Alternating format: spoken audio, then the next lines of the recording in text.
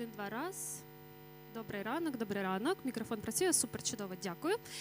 Дорогі друзі, всім добрий ранок. Ми вдячні всім, хто прийшли вчасно. Ми розпочнемо за 5 хвилин. Хочемо дочекатися тих, хто ще добігають з деяких локацій. 5 хвилин і розпочинаємо. Дякую.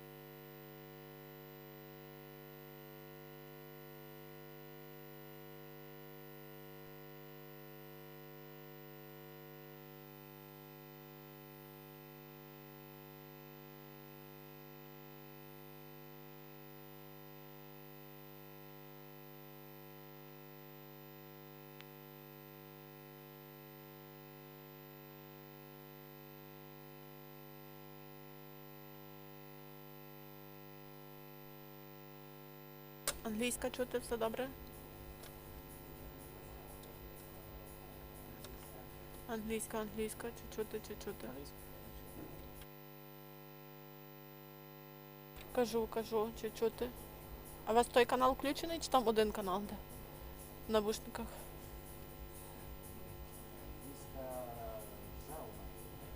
Ну, я не знаю, куди воно там має йти. Не чуєте мене? Ну, говорю.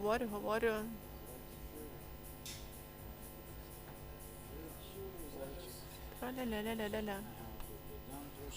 Ага, чи зараз чути краще стало? Так. Говорю, можу трошки поспівати, але то, напевно, по-англійськи не вийде. Зараз. Чи чути?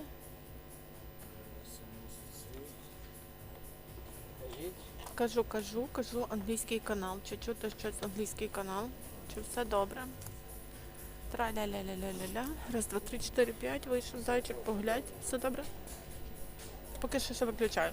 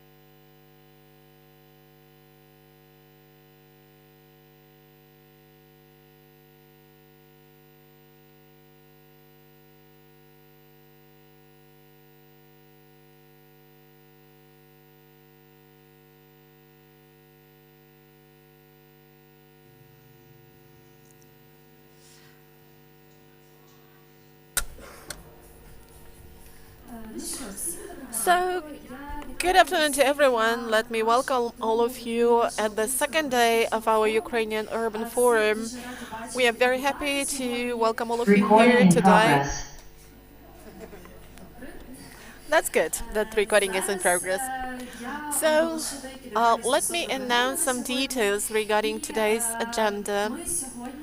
So today we will have three panel discussions and we will have a brief presentation session at this venue, and there is a parallel agenda for two more venues. These are sessions, dialogues and workshops, so please follow the agenda that you have for you not to miss anything and for you to really be able to attend the activities that you would like to attend. And in about 20 minutes, we will start our first discussion here. But before that, we are so much eager to learn how you started your day today, how all those discussions went on. And therefore, we would ask you to have this warming up activity in the afternoon. So I would ask my technical support team to show Menti a meter on the screen. And I hope that all those who were present yesterday actually do know how it works. If you have just joined us, you can take the QR code, scan this QR code in the screen, or you can just go to the Menti.com website and use the code that you can see here. Or there will be a link coming to the shared WhatsApp group. You just click on it and you are in Menti. That will be a very quick session consisting of just two questions. We will ask you something about the excursions and then you will have a chance to also voice your comments, because we are so much eager to learn how these excursions went on. I can see that some people are already in the Mentimeter, so it's great. Let's move on.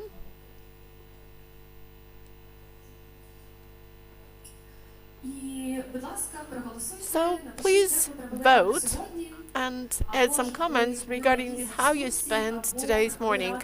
Maybe you went on an excursion, maybe you did walk along the city on your own, maybe you had some rest. So let's have a look at the overall statistics about the morning of today, and let's see what you have seen and where you have been today.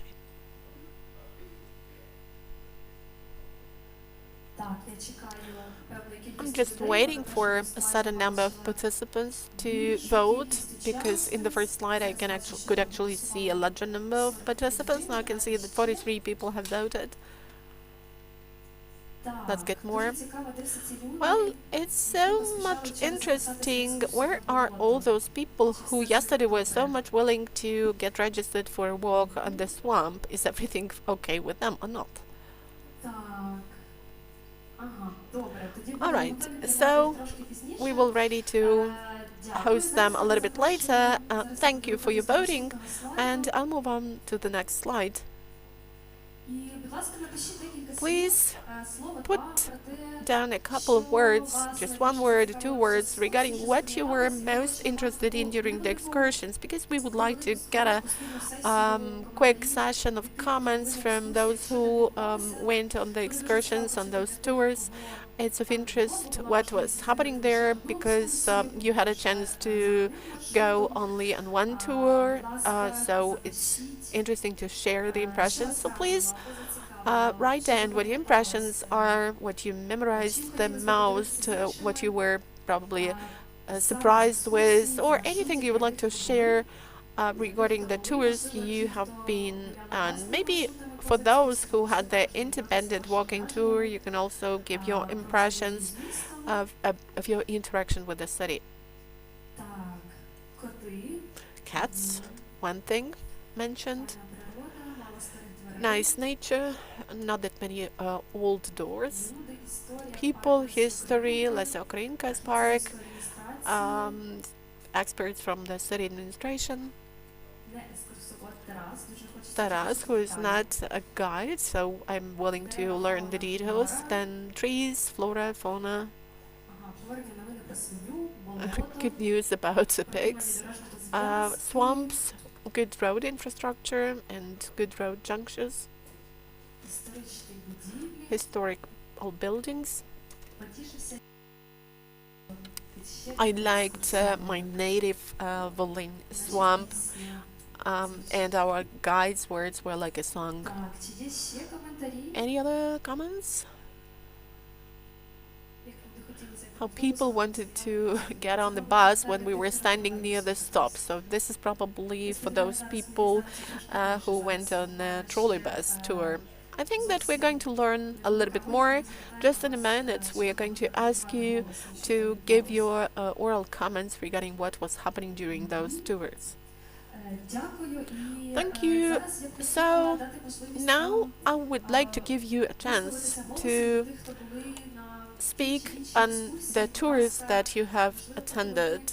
Please give your comments. You can comment either something that you have written down in Menti, or you may just share your overall impressions regarding what you liked, what you were impressed with. Our colleagues will approach you with a mic, and it would be great if you could really share a couple of words about those tours for other people who have not been there to hear a little bit about what was happening there. I don't see your hands. Please be active. Please introduce yourself and tell what excursion you were in. I'm Petro. I'm an urban geographer from Ternopil, and I went on an excursion to the swamp. A swamp seems to be something muddy, not interesting, but in fact, a swamp is a very dynamic and lively ecosystem. We saw not just the water, which was a large pond with a lot of ducks there, and a lot of reed. We could see different parts of the swamps. Some of them with poplars, some of them with birch trees. We saw a large willow tree, and we touched it, we hugged it. It was kind of psychological relaxation to improve our well-being.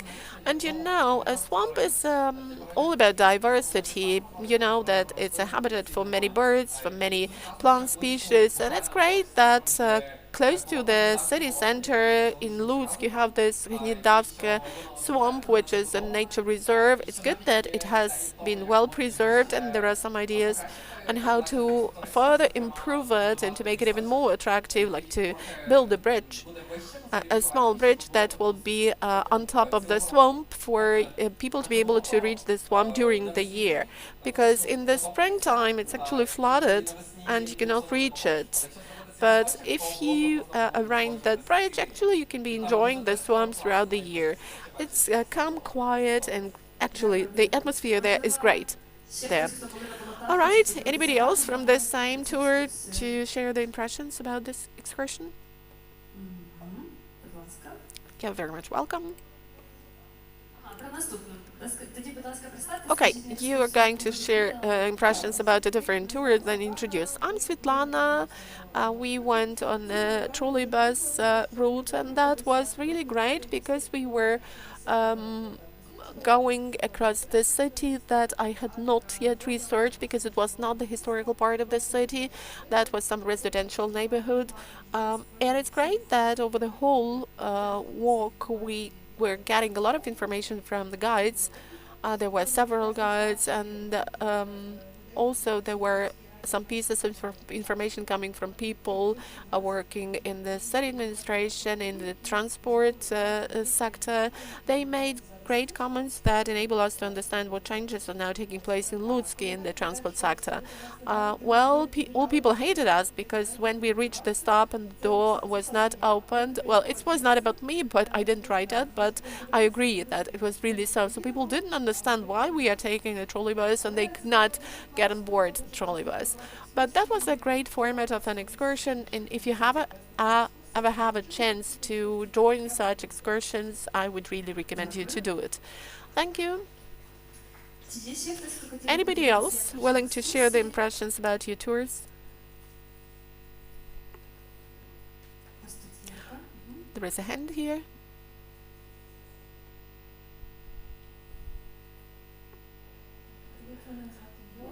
I'm Yosh.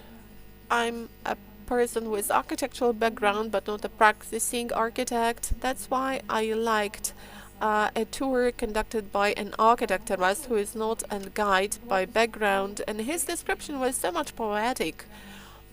I really liked it. I started admiring the city because he really stressed that this is a unique place where people can live in contact with nature, in close contact with nature, having their own experience of getting high quality services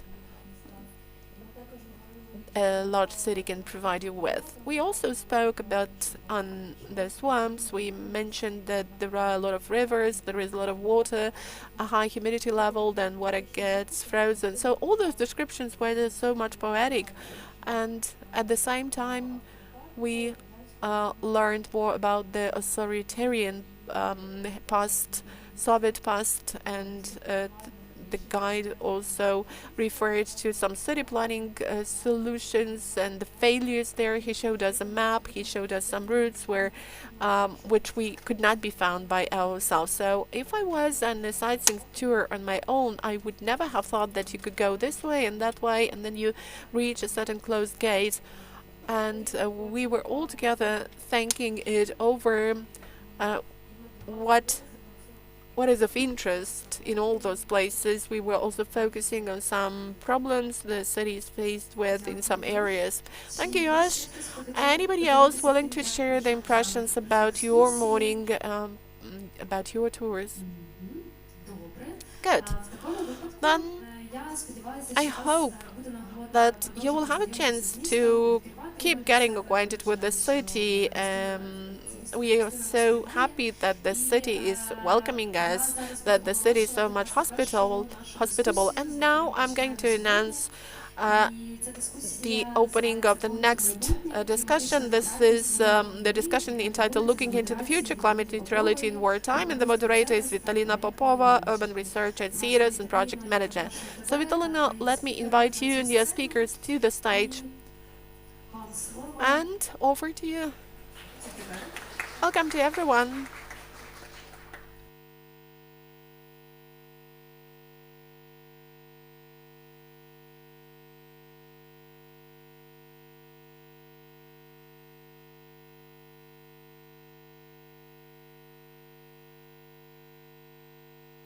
So, welcome to everyone. Hello.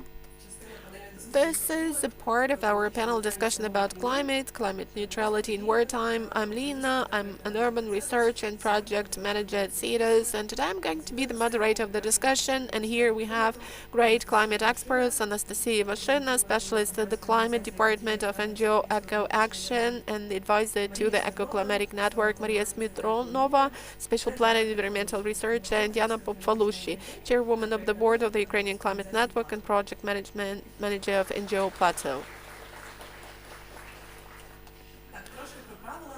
Just a couple of things about the housekeeping rules. The discussion will last for 45 minutes, but we are so much eager to give you a space for questions. So please jot down your questions on the go, and we will get back to them after the discussion. And today we're going to discuss environmental challenges Ukraine is faced with and how we reduce vulnerability to climate change and ensure a sustainable and fair future for the future generations. And we will mention the initiatives and projects working with the topic of climate change and climate neutrality. In particular, one of the projects is Sustainable Urban Net Zero Net for Ukraine, in short, SAT for Ukraine. This is the project funded by the Horizon Europe program, and this is the project that helps Ukrainian cities to achieve climate neutrality objectives. But before we begin, let me ask the people who have been to the swamps today, have you seen the birds there? If not, I have a theory why they are not there, why you haven't seen any herons there. And I think that this is going to be an epigraph that will lead us into the topic, so just listen. So the heron is a very sly dog. She was exhausted and she died. There is a play on words because there is a tongue twister in Ukrainian. It's a sad topic, but I think it will lead us into the topic of the situation with the climate now and with the situation with birds, in particular herons. What do we do with all those challenges we are faced with in times of war?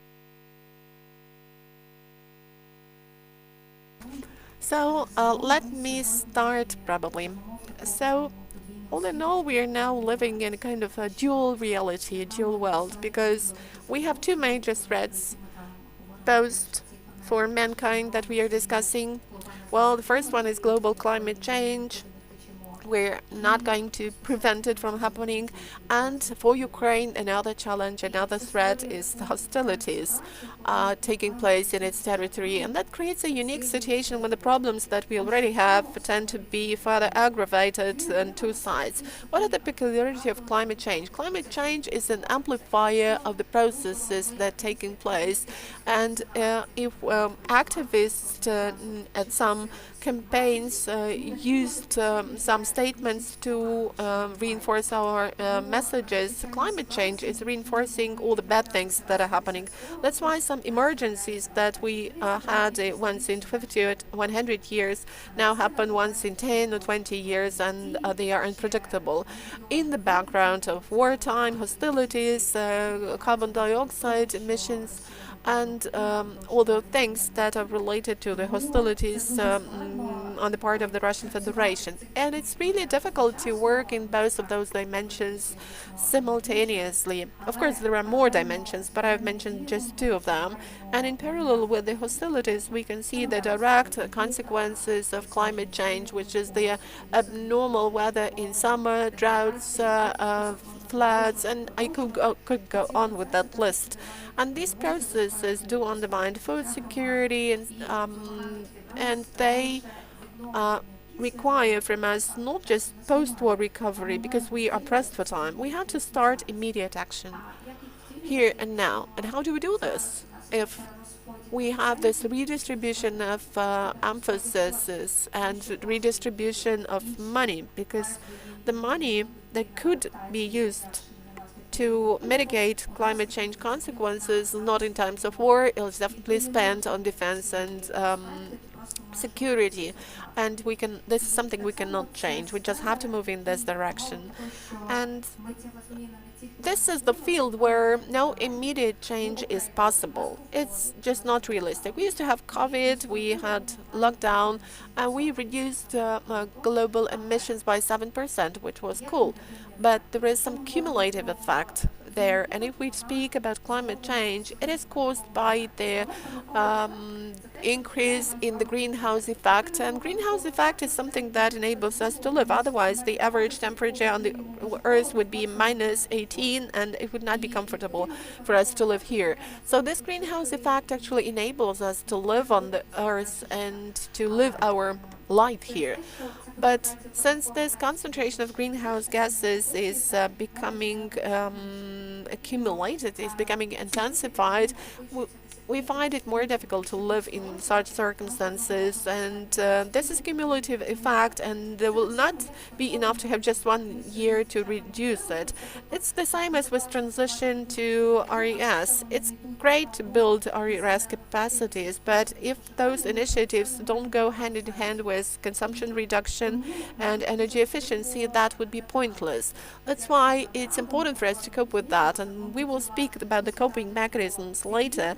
But now I would like to mention circular economy, the nature-based solutions, and the directions where we need to go, because everything in this world is cyclic. It appears from somewhere and does not disappear into nowhere. So we need to bear this in mind. Thank you, Diana.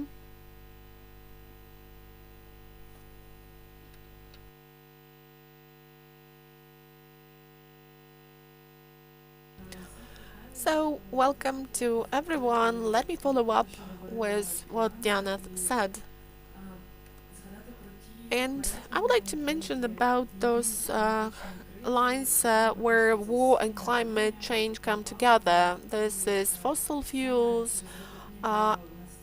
and it is because of fossil fuels that we have this added greenhouse effect, and mankind had a lot of chances and quite a lot of time to do replanning of our economy, to reject the use of fossil fuels, but countries like Russia, which depend that much on oil, and of course they are using fossil fuels. They don't find it beneficial. They want to have quick profits, and they manage to accumulate huge capital to be fighting with climate science, which knew about 30 years ago that we are moving into nowhere.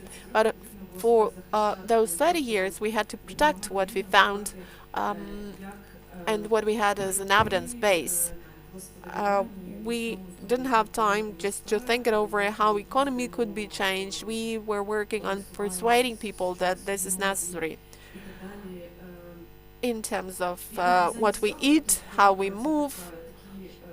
Changes are needed, and those petrol states like Russia and large corporations that get quick profits as a result of fossil fuels were undermining our effort. Well, and we know where from Russia actually takes the money to hold attacks against Ukraine. The money comes from the sale of oil and gas.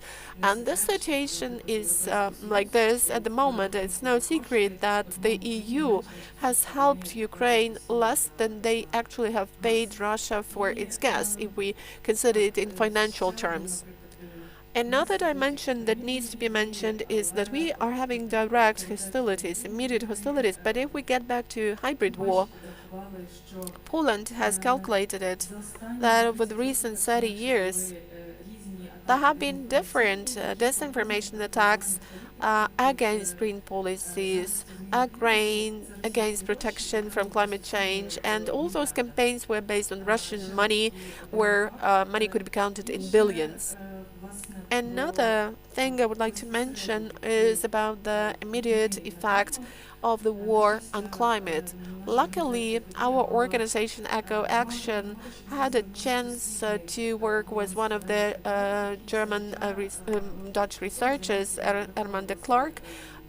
All his life long, he had been estimating the carbon footprint of different processes. He had been counseling governments, and he decided that he would like to be helpful to Ukraine. He hosted some Ukrainian refugees, but he also wanted to use his expertise to calculate the carbon footprint coming from the hostilities and the Russian aggression. This happened only at the beginning of the full-scale invasion, but anyway, he got a team of scientists. Mykola Szlapak, Svetlana Krakowska joined his team. These are the most well-known people in climate science in Ukraine. And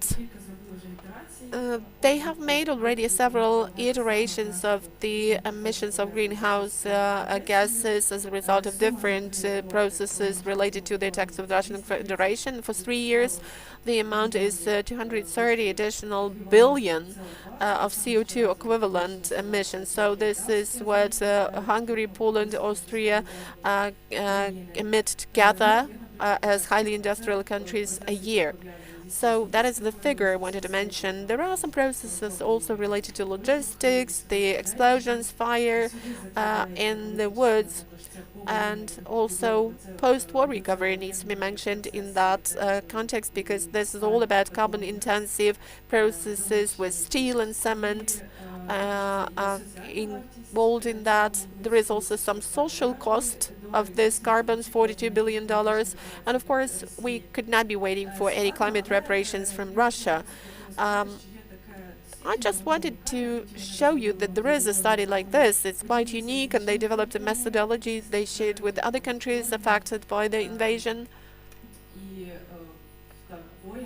and by the wars. And using this methodology, they could also make their estimations and at least build a certain court case around it. Definitely, war is not making our response to climate crisis easier. War prevents Ukraine from focusing on this challenge. Though this is an existential challenge for the whole world, but Ukraine cannot be paying enough attention to it at the moment. And the question is as follows. Though the world should be supposed on surviving under such circumstances caused by the man-made climate crisis, we still have to also be dealing with some medieval maniacs, old guys from Russia. Let me add something to what my colleagues have already mentioned. Environmental challenges and climate challenges as of today have not appeared from nowhere just because we are some hipsters who would like to speak about climate and to focus on it. No, climate crisis resulted from man's activity, from anthropogenic activity, because in spite of thinking about our actions, we decided to use an extensive approach to our further development, just closing the eyes to the consequences. And there is a large-scale study showing that 15% of ecosystems have disappeared in the world over the last 20 years, which means that from year to year we are destroying more and more of our ecosystems. And ecosystems are an integral part that, in fact, was like a sponge allowing this climate to exist and resulted in the appearance of the planet where we have the sun, we have wind and air. And if we open the constitution of Ukraine or the UN Declaration of Human Rights, it's written there that every citizen has a right to water, protection, air, food, and this shows that the issue of environmental challenges is actually an issue of national security, which means that we are now talking about the defense of our territorial borders and our territory, but why are we not talking about the protection of the earth on which we live against the environmental challenges we are faced with? All our environmental challenges that are urban ones have not been settled, and we need to understand that if one day we want to achieve climate neutrality, we need to start fixing those problems and speaking about illegal landfills, about degraded water resources. We are ready to spend 40 hryvnias to buy a bottle of sprinkling water in the shop, but we are not ready to pay for herons to live in the clean waters of the river Styr, close to Lutsk, actually in Lutsk. So that is a pain in the neck, and we understand that the state is now focusing mainly on how to stop this attack of orcs that are attacking us, that are on the offensive, but we as the residents of our cities need to also work to protect the rear, the territory to which all those veterans will get back, because they need to get back to the cities where we'll have clean environment. That's why the issue of environmental challenges should be included into the agenda. We should discuss those issues and think over such simple things even when we do our daily shopping.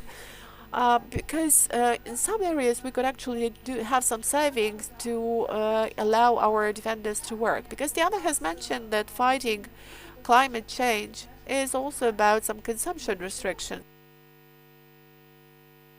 And here is a question to us. Are we ready to take this step?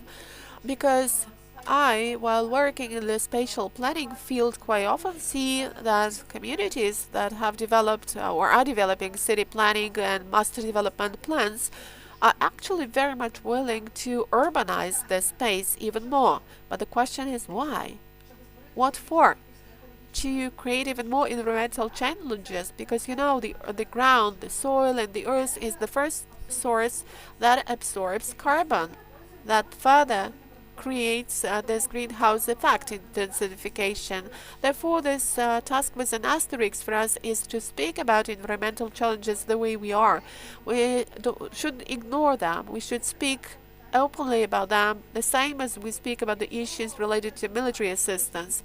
If there is a fundraising campaign to make a river clean, please donate there as well. Thank you, colleagues. This way we have covered the challenges of today, those challenges Ukraine is facing. Today we would like to think more about the future, because this panel has to do with the future and human scale, how to cope with these challenges. And we have climate neutrality approach as the title of this panel discussion. It is worth saying that there is a framework law, the basics of climate policy, which defines climate neutrality as the state during which the general scale of greenhouse gases is offset by the removal of those greenhouse gases. So I would like to proceed with the second question. Can we work towards removing and greenhouse gases and achieving climate neutrality. And can you explain this in layman's terms, and can we aspire to this climate neutrality? The question what climate neutrality is has already been mentioned in my previous speech, that we need to relaunch the economic system, our household activities. We need to work towards this. What kind of perspective we need to relaunch this system? We should work to make sure our impact upon climate is neutral. If we simplify too much, in the first place we have to reduce the amount of emissions of additional greenhouse gases like carbon, methane, sulfur and other chemicals. But this is a complex task, of course. Not all emissions can be reduced immediately. They will be present in one way or another, and if they do take place, they should be absorbed by natural ecosystems like swamps, for example. They can do this pretty well to preserve, like to keep carbon. And the way we plan our further life, not economic development and growth, because this is something that led to our problems, to our current circumstances, in this rush for quick profit. And respectively, this is how we end up in climate neutrality if we are lucky. So this is the strategic vision. It is the language that is understandable in European Union countries. This so-called Green Deal course. This is one of the explanations why this is useful for Ukraine, why we use this definition, why we include this in our legislation. This is a part of our EU integration processes. But this approach on its own is quite good and would be nice. We not only declared it, but also moved towards it. It doesn't mean that European countries can do this perfectly well. They declare well, but when it comes to actual practices, well, you can debate.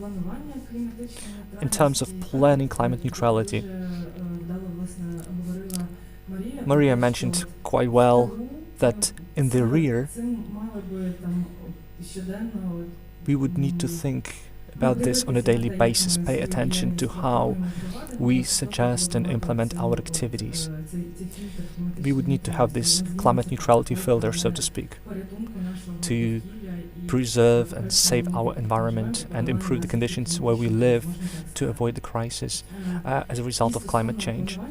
When it comes to planning climate neutrality, in one way or another, this does happen. For example, the project supported by European Commission mentioned by Lena. There are 12 urban communities in Ukraine with different kinds of organizations, like engineering organizations, Ecorection as ecological environmental organization, as the center for society research, and other European organizations operating with energy transition participatory practices. They help us to plan, prepare the products like roadmap for climate neutrality, so the communities can understand what it is and how, amidst the circumstances taken into account, the specificities, the initial situation, how to move from the initial point, start point, the baseline, to climate neutrality till 2050. We have this deadline, the deadline which is also included at the level of national Ukrainian legislation, the year 2050. So the situation is not that bad if we have this external support to give it a try and plan, to assess what we have now, what kinds of emissions we have. There is some background in each city, the agreement with mayors, certain measures on energy efficiency that have been implemented. So we may need to analyze all of this, put it together, and try to use this approach to move towards the climate neutrality, to foresee possible outcomes. But surely it would be great if Russians gave us peace. Yesterday I mentioned that a while ago in the city of Bakhmut had a plan for 2021, like the cities of Dobropilya, Pokrovsk, Bakhmut. Those were the cities that had ambitions in terms of climate change, and these cities remain to be such. It's that they cannot work as they used to, and energy managers cannot take part in it now. This is the point when safety challenges and existential threat from Russia is stronger and doesn't allow us to focus on other priorities. Here I will elaborate probably on what Anastasia mentioned. I remember how in 2022, closer to 2023, the president of Ukraine, Zelensky, made a statement at one of the conferences of recovery that Ukraine would be recovering and aiming to build back better in a green way. Communities accepted, greeted this idea. Everybody wants this green recovery, and when we speak about this, we speak of solar panels and administrative centers, kindergartens, schools, municipal ambulatories would need to have that. Romanos cut grass, chop down trees, focus on streets and swamps, give green fields for construction, and you start thinking, how do you want to achieve this climate neutrality? And climate neutrality, based on the definition, is something that, for example, when we have a limited space, we have a suitcase and we put a certain number of items in it, and we cannot take more than the size of this suitcase. And my allegory is the proved concept by Johann Rockster, who created the entire concept of boundaries. He started with 4 boundaries. With every 4 years, based on the research, we have finally came down to 9 layers, like oceans, biosphere, water, still water, forests. It turns out we have the shortage of these planetary systems, and we have to understand that water is not infinite. Forests are not infinite. And the concept of planetary boundaries spoke that the generally natural resources are not infinite. And that is why we need to focus on how to develop amidst the war and how to work with recovery if the community suffered as a result of Russian aggression, how to achieve this sustainable development. We have to understand where we cross this boundary. For example, speaking of solar panels, it can be useful for energy efficiency, but when we speak of cutting trees aggressively, by contrast, this is about the loss of the source which could retain carbon.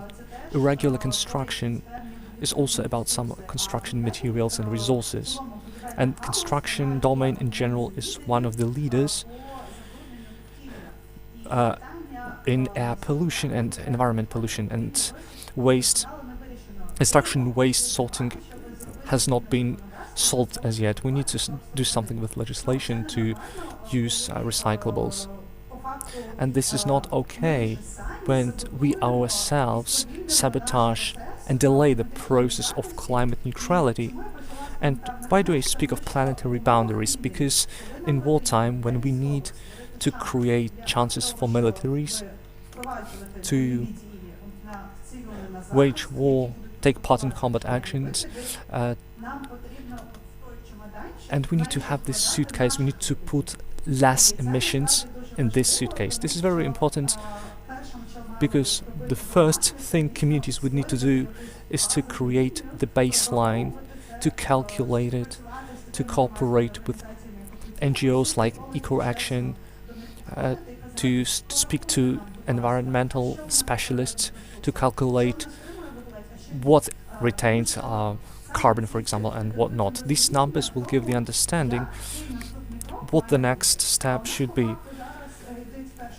And now the first step that we have are the projects on recovery, green recovery. This is the reconstruction of streets.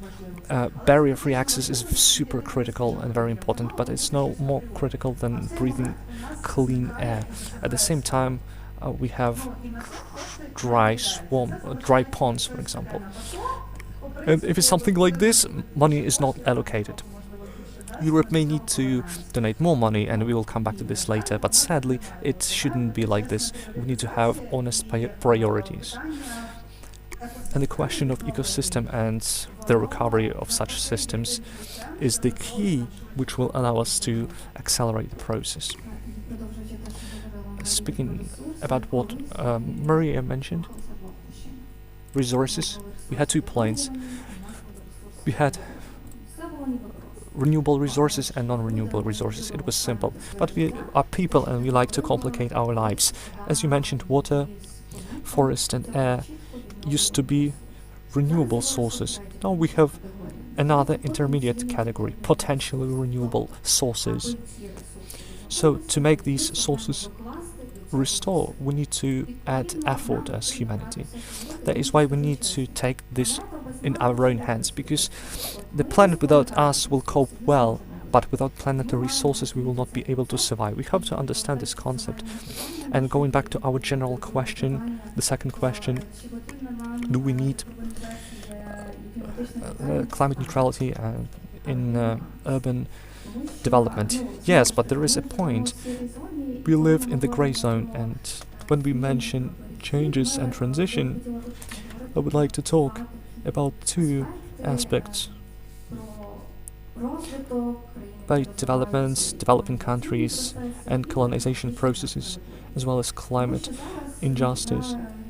Because as the representative of Climate Network, I often participate in international negotiation processes, and I understand countries which stress on the fact that they may need to decarbonize, but there are developed countries. You used our resources for your own enrichment and your development, and now you want us that have not achieved this threshold, you want us to reduce the carbon footprint, but in fact the climate change impacts us more than you, because there are so many migrants around the city who were forced to leave their homes and they have no housing. There was the forum in Glasgow with Micronesia countries. Their lands are often dry out, they cannot grow food and they have to move. And if we think we do not have such a risk, no, I will say that this is the risk that is imminent for us. Unless we change our approaches and unless we adapt our economy, unless we reduce emissions, then till 2100 we have such a risk. We have a range of settlements in Ukraine that will be flooded. Some parts in Mykolaiv and Odessa, for example. These cities have a lot of challenges anyways, and imagine that they will need to think about how to avoid flooding. So speaking of green recovery, decarbonizing and climate neutrality is not an option. This is the basis, the foundation, and when we combine all these challenges, of course we may need more planning now, we may need more funds, but down the line these measures we can implement will yield more perks, more benefits.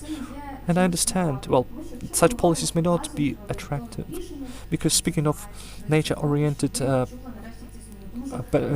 planning, well, it may require 20-30 years. Nature, all these systems have been created for hundreds, thousands of years, and we cannot go back to and reset full settings. But there are some solutions, and these are mostly NGOs, businesses.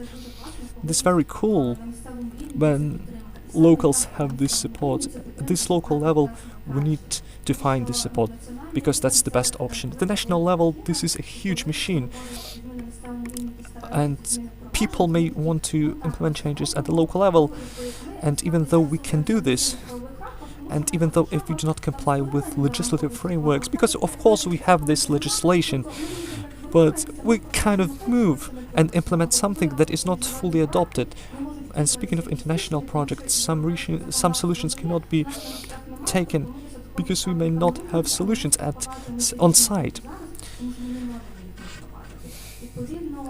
As a result, we need to do what we do, despite the fact that possibly we do not fit into these frames. But that's nothing new, because personally for me, I have a very selfish goal in activism. I wanted to attend goals which would be interesting for me. No one created these events. That's why I started these, organizing these events myself.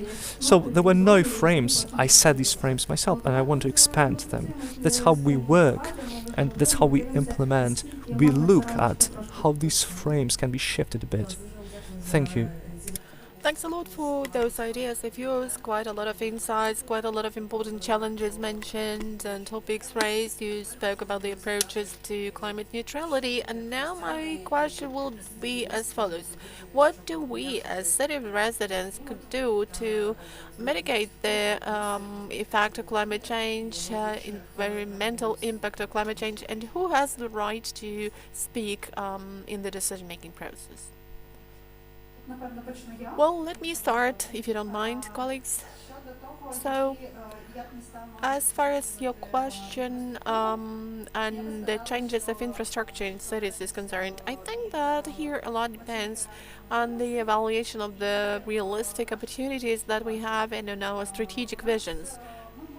We can actually achieve climate neutrality and save our environment, but for this, we need to have more time to spend on that than European countries. And now, thanks to the EU countries, we have got the toolkit, we have got the knowledge and the expertise, which is based on their experience. They also acted by trial and error, and they've also felt the consequences. And let me speak on one of my flashbacks regarding what Diana said. There are some consequences of environmental pollution resulting from the war, but that fact started to be mentioned only about at the beginning of the 90s, when the satellites started moving actively around the Earth and the orbit of Earth, and we got the first satellite images, and then the research started being done into that. Before that, mankind was just moving on, and they thought that there will be no consequences. We can use gas, but with time, a study appeared showing that even the Vietnam War and the oil and gas that was used there led to the situation when tiger became a rare species there, and now they have to spend a lot of money to restore the environment where tigers would live. So now we know what the consequence could be. We don't need to spend money on the research. The wheel is already there. We just need to put it on the track and to make use of it. What could communities do? Well, first of all, they could develop high-quality strategic documents with the right picture and portrait of the community, with the right vision of what the ecosystems are, what ecosystems we have. We could also analyze the transformations that happened on the Earth. We don't just have to understand that our community is one administrative center and 20 villages adjoining it. No, our community is the territory. These are agricultural lands. These are also water resources. That is all what our community consists of, and there are some sites on them that derive from natural resources. We need to measure all that, to evaluate, to develop roadmaps and action plans, and then engaging businesses and residents in general. We need to be gradually implementing those action plans with the smallest steps possible. Suppose you engage business and coffee to go in a paper cup will not be sold. would not be sold. So let people come with their own cups. Let there be some exchange. So you just introduce this idea and you support the local producer.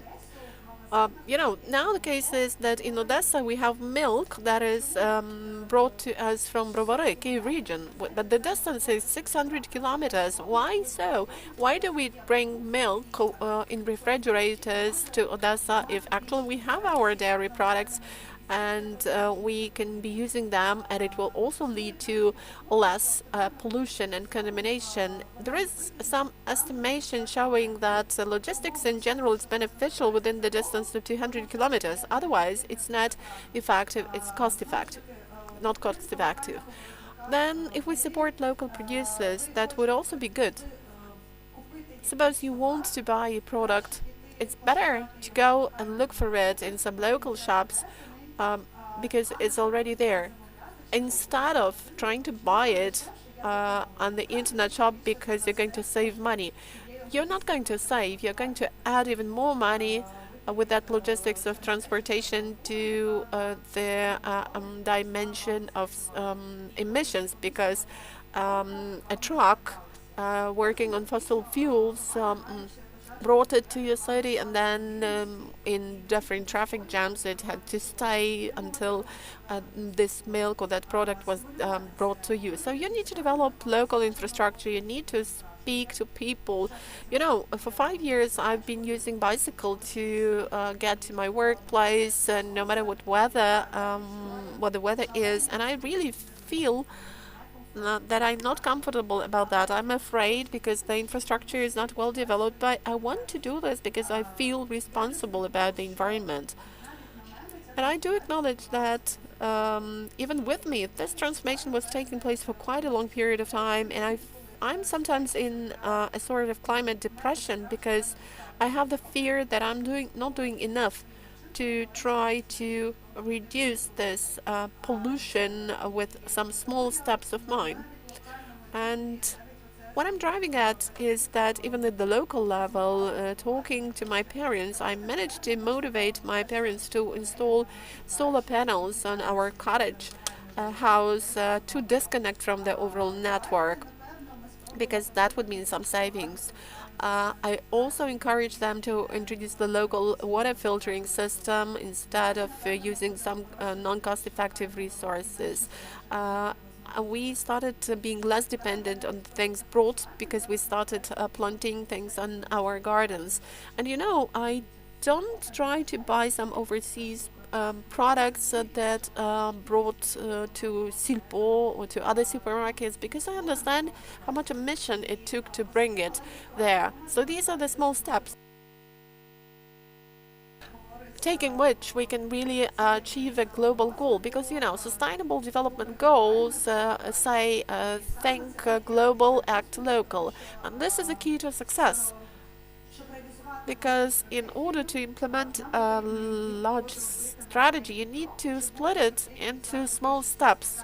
That's why strategies always consist of operational goals, and operational goals includes a number of operational assignments, and for all those assignments we have roadmaps and projects are implemented under them. Because if we launch that engagement of community working with business, and by doing so you already start achieving the objectives and improving the situation. And my last statement probably is that if we introduce environmental solutions, that doesn't mean that we will go to some primeval times, ancient times where we would have to live in caves. No, that's not true.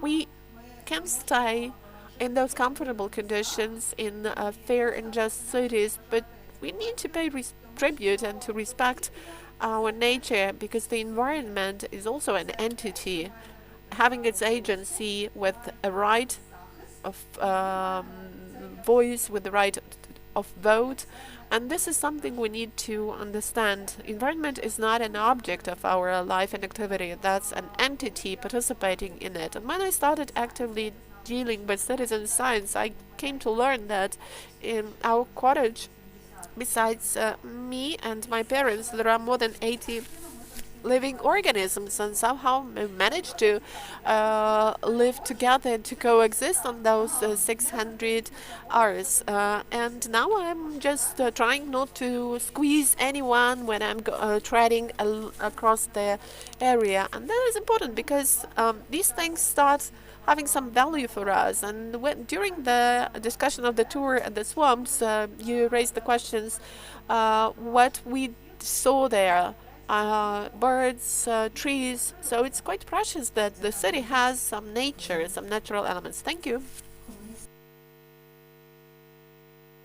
Several years ago, when I was very much engulfed with development books, I read a book about the scrap approach.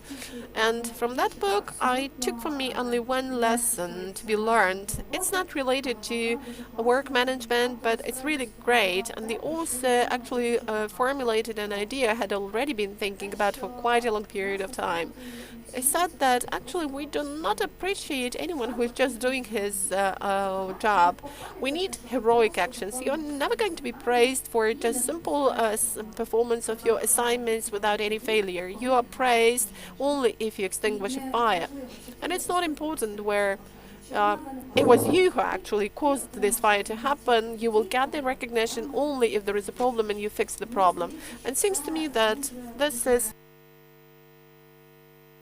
the practice that is not easy to eradicate, but we have to work on that because we have different functions in our society. We have different roles that we choose for ourselves or that are assigned to us. We have power, we have the authorities, we have business, we have the public or general population. Well, of course, there are a lot of different subcategories, but each of those categories has its own role to play and its own assignment to perform. The authorities are the people to whom power has been delegated, to whom a part of our voice and independence have been delegated, and they are supposed to create the framework for us and for business, for us to know where to move on. Business is supposed to create opportunities for us, and it's also supposed to generate the process the state could function based on. And we as consumers have to fit into those limits and frameworks. We have to consume some goods, and with our actions we can also respond to everything happening around us. If we don't like something, we organize a mass rally. If we don't like something about the authorities, if we don't like a certain product, we just don't go and buy it. So our task here is the role of the authorities, the business, and the public is to signalize whether it's okay or not. And when we are activists, we also initiate the changes, and we probably take a larger share of responsibility on ourselves. Well, now the situation is difficult. Every every penny is at stake, and even it is a nature reserve fund. If you spend money on it, there will be a lot of questions asked because you need to spend everything on the defense sector.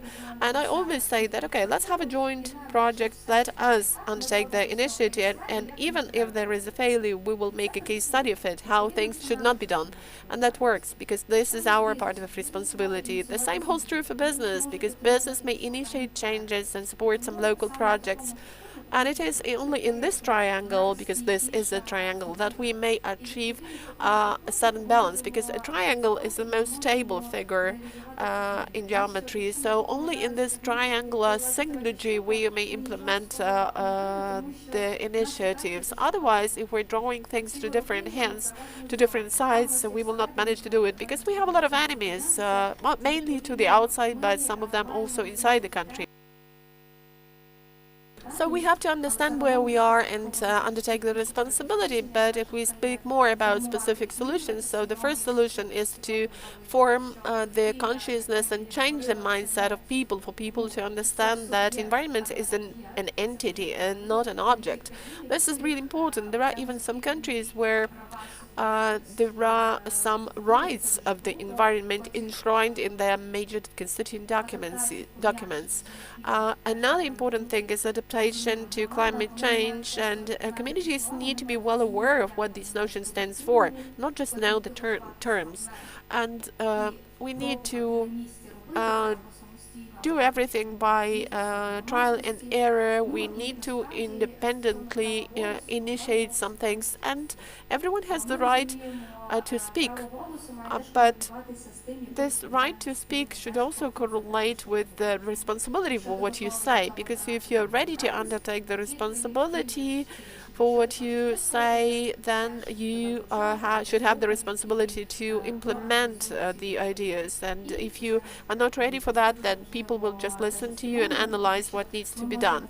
And, you know, we can actually implement some minor solutions and that will look nice, but if we don't understand what a comprehensive picture is and what the overall strategy is, it won't work well.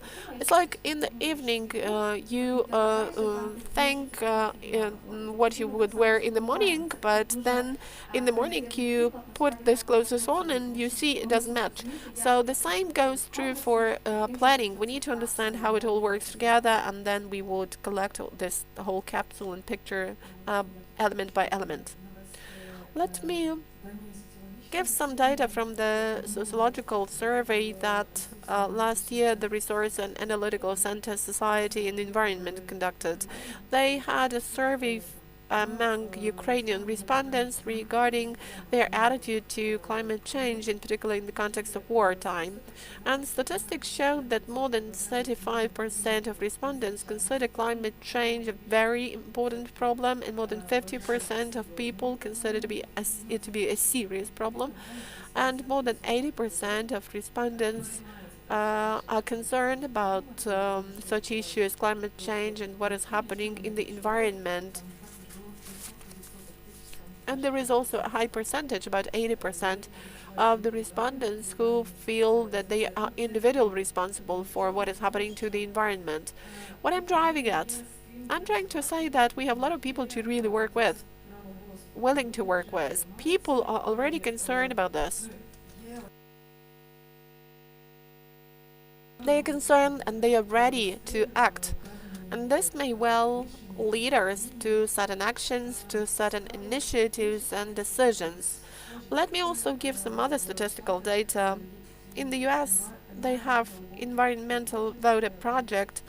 That is a project for environmental voters, so to say. And recently, this project has had a survey asking whether people are concerned about climate change, and the answer yes was given by 80%, but less than 30% of those people are ready to undertake the responsibility for the political context of this dimension, and they are not ready to, most people are not ready to do something at the national level. They are ready to do something individual, let's say waste sorting, but they will not go to any rallies. I mean that they would give a cardboard box for processing, but they will not go to a rally. So that's still important, because a person may be thinking it over how things can be changed individually, but it's also important to get together and to try to target this field in the municipality as such. There are no ready-made solutions. There are, of course, different practices, but no universal solutions. You need to invent something that will work in your specific case. And getting back to the reality of Ukraine, regarding what climate actions we could and we should actually take now, I would like to go back to the topic of non-destruction of what we already have and preservation of what we already have. I mean the Eco Park of Sukriki, which is still being destroyed because the Hrihorenko Avenue is being expanded in terms of its territory. So we see that in every community we have such cases with bad experience. Here is another example when there was a mass rally, but Energoatom or company actually objected to what people said. They wanted to not to give, they didn't want to actually give some area, allocate some area for raising the level of the power plant by 80 centimeters. 80 centimeters is quite a lot for the ecosystem, and probably the Kahoka example showed this to us. And we have also the example from history, Tomakivska Sich. This is the area, the historical area that is going to be fenced with the concrete wall, and an environmentalist group was engaged in that public hearing. People stayed there for about 7 or 8 hours, and luckily the Ministry of Environment didn't give this permission to Energoatom to actually do this fencing with the concrete wall that was actually raised the level of water. So these are the things that need to be borne in mind, and since now we have a lot of things happening at the front line, and there are even people who are using this situation, and they are trying to build windmills on some meadows,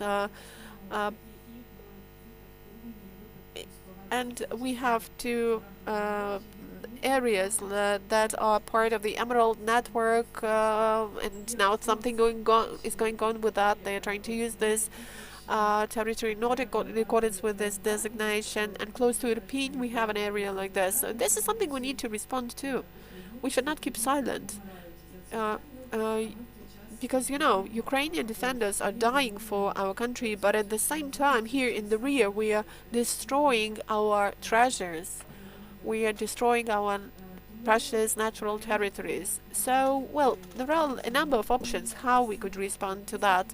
And suppose the Ukrainian climate networks and Eco Action do work with the development of communities of people who not necessarily have an environmental background, but they are very much willing to join our volunteering community.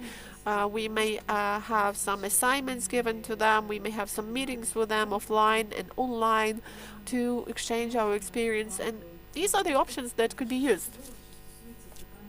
Because if we speak about nature preservation in its primeval format, this would be our best help in fighting with the climate change, because we are just one small species on this planet, but we think, I mean humans, but we think that all the other species have actually to serve our whims, which is not the case. So it's really important to bear this in mind and to focus on it, to try and preserve our nature. And I would also like to say that we as live organisms do need some conditions to survive on the Earth. We need certain temperature conditions, humidity conditions, and when we have, let's say, 38 degrees plus and 100% humidity, which may happen already now in Bangladesh, human organism will just stop functioning in that. Human body will not survive. There will thus be deaths coming. So try to wind up, please. Yes, I'm driving at the fact that we need to be concerned about nature and environment, and we need to be looking for the options to save all human beings, because it's all about not just health, but life as well. Thanks a lot. We have talked a lot about challenges and what can be done about agency. I would like you to take something from this discussion. That's why I suggest that the final circle will be a key statement, even if you haven't listened to anything, but something you can recall. You can make one statement. The times of climate change do not allow us to develop cities like we used to. In the first place, it means we want to have shade above, we can breathe clean air, safe spaces and streets that belong to us. And our future in general depends on the strategy of readiness to take part in these changes and opt out of the origin, the fossil fuel. Fossil fuel is like your toxic eggs. We have been there, we are thankful for the experience, we understand our value now, but we will be working further on in a stable way with stable partners. Renewable energy sources, climate neutrality and nature-oriented solutions are the key for us. The main statement I would like to convey to you and leave this whole with: let's not be negligent. Moving past the problem, if we can see the problem, is no option, because we are not the only ones. And I want to believe very much that we will not be the last generation on this planet, that we will have the coming generations afterwards. So our task is to consider how old Indians were thinking in old America. Take resources so you can leave some for your further generations. Think about this sustainability and the prospects for the future. Because even the questions related, it's good that community, public creates certain trends, the economy circulates around the requests from community.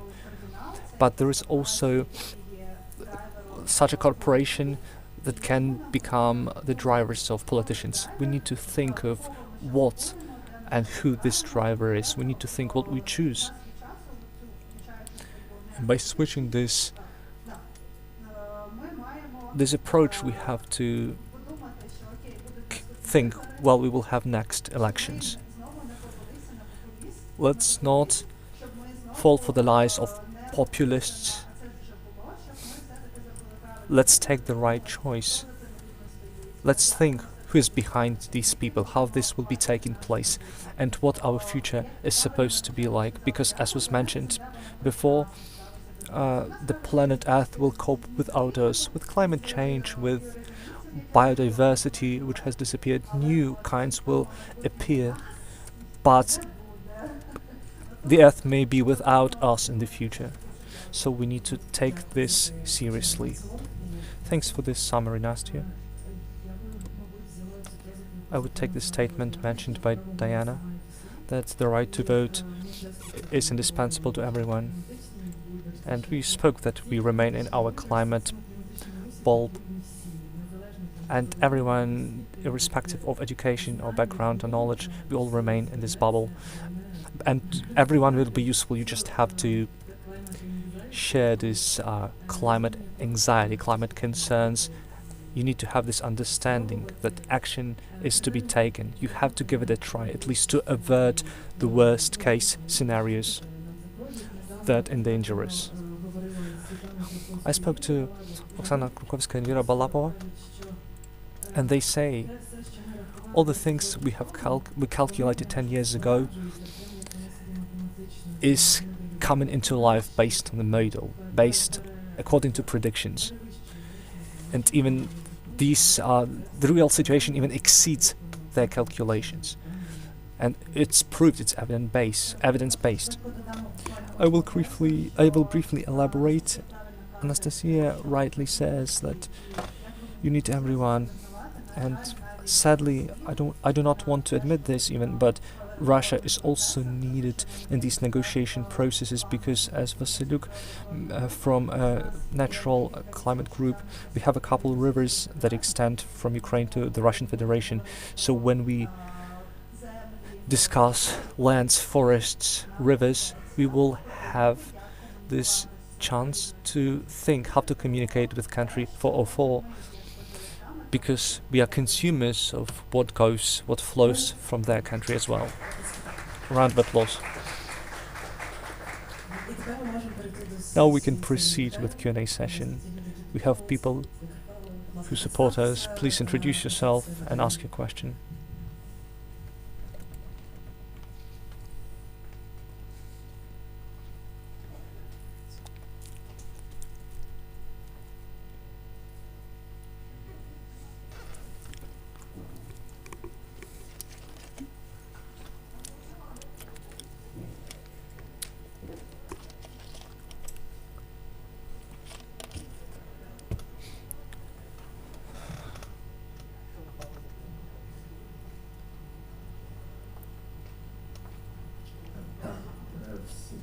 Hello everyone.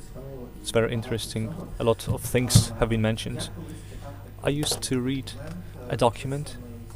I once read a document, a sustainable development plan from one respected city. This plan was compiled by many experts, and this plan indicated in the introduction that 96% of emissions within the community result from vehicles. So we think about other 4% and what to be done. The question is, Is this climate mentality you mentioned possible without changes of mobility, and what? Thank you. I will say yes. I know a bit about the topic of urban mobility, and I have to admit that in our cities we cannot sadly opt out of vehicles of different kinds, because that's the assistant for our activities. But we can simplify the process as much as possible, because if we start thinking through the human scale, if we build high quality accessible places, ways how much area a person can cover on foot or by bicycle, so we can use, for example, vehicles for long distances only, to get, let's say, from one big city to urban area if there is no public transport connection, and unless we have resources to build the tram railway. But we can simplify the process, and the first step, for example, could be about cargo bikes, logistics, not big trucks that are stuck in traffic jams for hours delivering goods to shops. So let's think about time frames. Trucks can leave and deliver their goods at night when the temperature is lower. We can model the situation and just overcome this problem. We have to get started. We need to have certain limitations in place, and we have to agree with them, because, as Diana mentioned, the cities in the future cannot function like they used to for previous generations. Johan Rockström proved that natural resources are exhaustible, they are limited. That's it, point. Next question, thank you.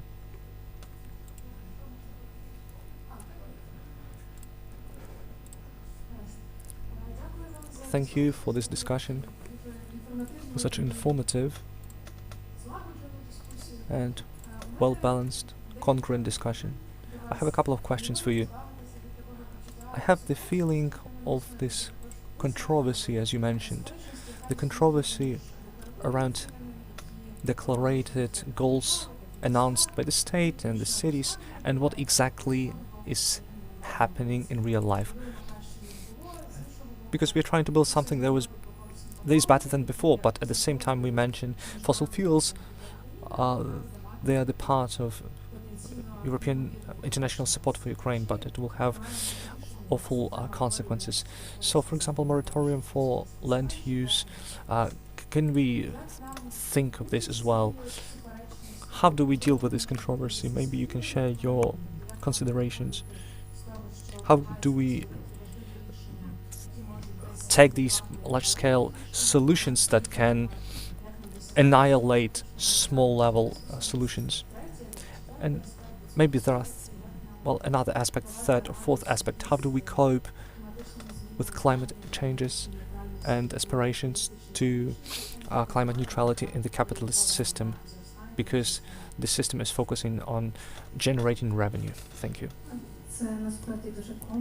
This is a very comprehensive question, but indeed, these are the things which do not allow me to sleep at night along with Shaheds. How do we leave the capitalist system? But in general, these processes and negotiations, for the fourth time, I will be observing international negotiations. I have this awful frustration because you track these negotiations. You see how people fight over just one word without even understanding what it stands for. We look at the manners, we look at the forests. These conceptual changes are very complex. So I cannot say for sure that I have the answer for myself, but I understand a lot of countries can find these compromises, and they have to be made at the highest level.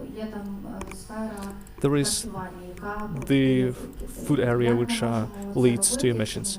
How can we do this unless we cannot opt out of milk and meat industry? Well, well, we can show like many simple things like in that such food, for example, is not necessary. Subconsciously, there are small solutions implemented, and people just start thinking about it. To be honest, interfering and changing something, I have this understanding that I've been for 10 years in climate activism, and what brings me joy is that when I open comparative table at the table of UNESCO, I see that our comments are partially taken into account, and I understand this is a victory for me. So I may not have positive solutions, positive answers, but as I mentioned earlier, this role that I play personally and what I try to transfer in public, I'm trying to contribute these small parts in my surroundings and at my level where I can influence. So I have this, I can continue with this slight, soft, ecological approach. Thanks for the question. It bothers me a lot as well. And I will second Diana indeed that there is no unambiguous answer, but I have a sense that there is this word local protectionism, protect your country. We either sell ourselves, and so what are our servicemen, our Ukrainians fighting for at the front line? For the fact that we sell our energy industry to Slovakia? They are dying because they believe that this Ukraine will be preserved, will preserve its sovereignty and territorial integrity. That is why we have to think, if we are forced to extract our minerals, our deposits, let's think again.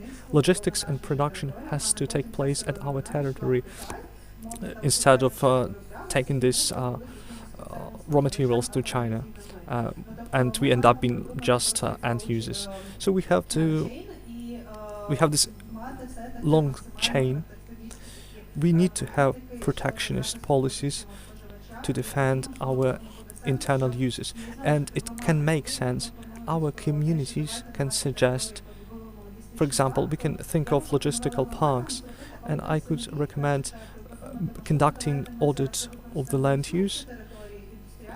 We have industrial lands that are just closed.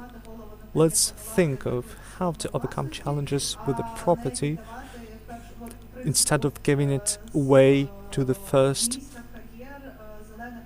Let's not jump right into the nice quarry or field where we have butterflies, and this can absorb carbon. What is also interesting is that in Ukraine, a lot of territories can benefit us in terms of carbon credits that are actively implemented in Ukraine. So the question of land use at some point will be the topic of the day for people. People will need to have these green fields. They will have incomes just because they have green fields. And even if we have more convincing numbers, because we live in capitalism, because there is the theory how to switch to anti-growth and get rid of capitalism. But we need to change this mindset. So in the first place, for me, what is important, we have one small country in the world that was able to do this, but it is not a democratic, it is an autocratic country, Singapore. They have green autocracy. Can you imagine?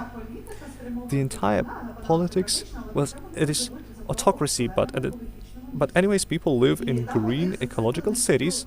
They have this cycle of water recycling. They consume less water from rivers. So I get down to deep philosophy, of course, but the priority is about territories.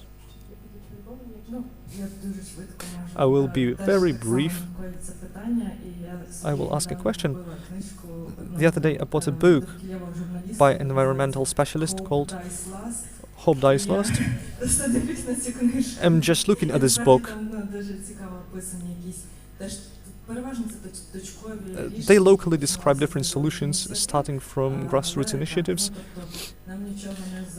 but there is nothing else to do other than trying to continue, because if we give up, if we lower our hands, we will not even give it a try. Thank you. You can ask other questions during the informal part of the event. Let's give the round of applause to our speakers.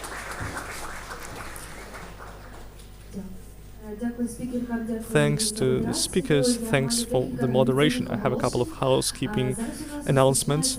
We have a coffee break now. It will last until 3 p.m. Afterwards, we will have a discussion about social recovery, adequate housing as a condition for fair urban development. The moderation will be in English if you need translation. During the coffee break, you can take headsets near the reception or registration desk. If you have brief presentations after and you want to clarify technical details of how this will take place, please approach Olena during this coffee break. See you at 3 p.m. Thank you.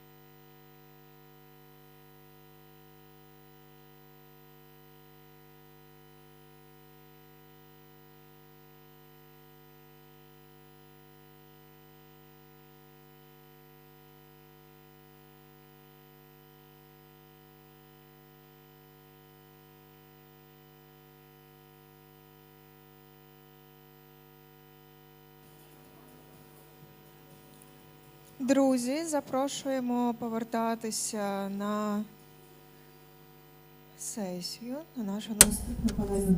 So, colleagues, let me invite you for our next discussion, and let me ask the speakers to go to the stage.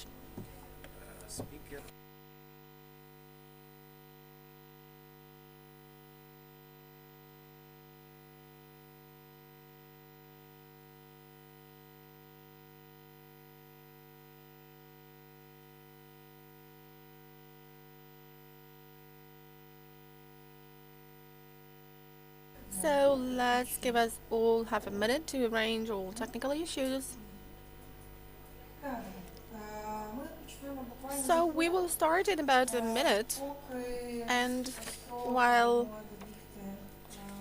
in the meantime we will still give some time to colleagues who are drinking their coffee. But anyway, thanks a lot to all those who have come here in time, so no more than a minute or two of delay. And I would also ask you, in the meantime, while we are arranging all the technical details, let me ask all those who are going to speak during the brief presentation session just to quickly come up to me. I will be staying here in this corner. Just let me know that you are here for me to make sure that you are going to speak today. So, in fact, I suggest that we start, because I'm sure that the moment the discussion starts, people will start more actively coming to the room, because those technical issues are not the things people are interested. So let me introduce our next panel discussion. Will be on social recovery, adequate housing as a condition for fair urban development. And the moderator is Julie Lawson, a young professor at the Center for Urban Research of the Royal Melbourne Institute of Technology. And, well, let me give the floor to her. She will further introduce the speakers, and she will start the discussion. So good luck to all of you in your discussion.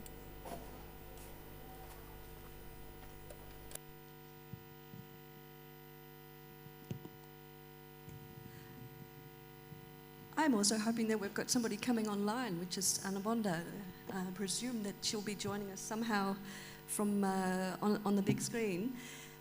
Yay! Okay, fantastic. So thank you very much for joining this this afternoon session on the second day. And you've had a pretty busy morning. You've been getting to know this wonderful town of Lutsk, which has been such a wonderful host to us, as has Sados and everybody else that's got behind the organisation of this event. Thank you very much. So this panel is all about adequate housing and a just recovery. Adequate housing and a just recovery. So we want to talk a little bit about a few things. What is adequate housing? Also, we want to know what's our understanding of adequate housing. We know, of course, that exists in the lofty heights of international human rights law. We know that it's in the European Social Charter. We know that it's part of our values to look after each other and ensure that we have adequate housing. But what does it mean here? And we're going to talk a bit about that. We're also going to talk a bit about fairness. What does it mean, fairness in a housing system? And does everybody have equal opportunity? Are there some which have more or less? How do the rules of the game and the context of the market and also of the situation we live in affect our ability to realise our right to adequate housing? So, who's missing out? We also know that we're in a situation where 2.5 million people have been lost their homes or are living in damaged or destroyed, that more than 1 in 10 dwellings have been damaged or destroyed, 13%. You may not feel like that here, but that's the reality for people in other places around Ukraine. So we're going to also ask ourselves, is the current approaches to recovery adequate and also fair in how we're responding to that for different people in different parts of the housing system? So what we've got with us today are from, if you like, the consumer's perspective, often overlooked in terms of the tenants.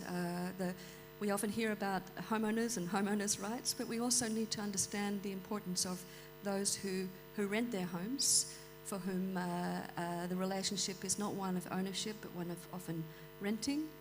So we'll hear from Vita, who's an anthropologist, a sociologist, who's working on research, who's also making films, Safety for Rent. I'm sure a lot of you have seen that amazing film. You can find it, I think, on YouTube. But also in also further research and setting up the Tenants Union of Ukraine. So this is a brilliant example of research in action, activist research, and leaving a lasting impact on the housing system, we hope. We'll also hear from somebody in the middle who's trying to deal with the existing system, who's trying to deal with buildings which are abandoned, buildings, people in need, people who want to live close to their communities, together with their family, and who's been working for a number of years, Kohati, with Housing with Love, in a sense, to turn this around and to try and mobilise. But of course, the human capability to be able to do that in institutions which make it difficult is a real struggle. And then we're going to hear from a parliamentarian, Anna Bonda, more than a parliamentarian, also a real expert in architecture and urban planning with real experience in a major city in Ukraine. So I'm very grateful to have Hannah here, who's also looking at more systemic, more national changes and reforms that impact from her position as a parliamentarian. So I thank you all very much, and you're probably wondering what on earth is an Australian doing here? As you know, I'm from RMIT, but I'm also the lead author of the UN report Housing 2030. Housing 2030 is UN Habitat, UN ECE, the Economic Commission for Europe, and Housing Europe's initiative, which was published in 2021, which is all about the toolbox that we can all use and adapt to contexts to make our housing systems more inclusive and more affordable and more sustainable for future generations. So that's why I'm here. That's why we're involved with Ukraine. I also work for the EU delegation in Kiev, providing strategic reform assistance as well with Ukraine.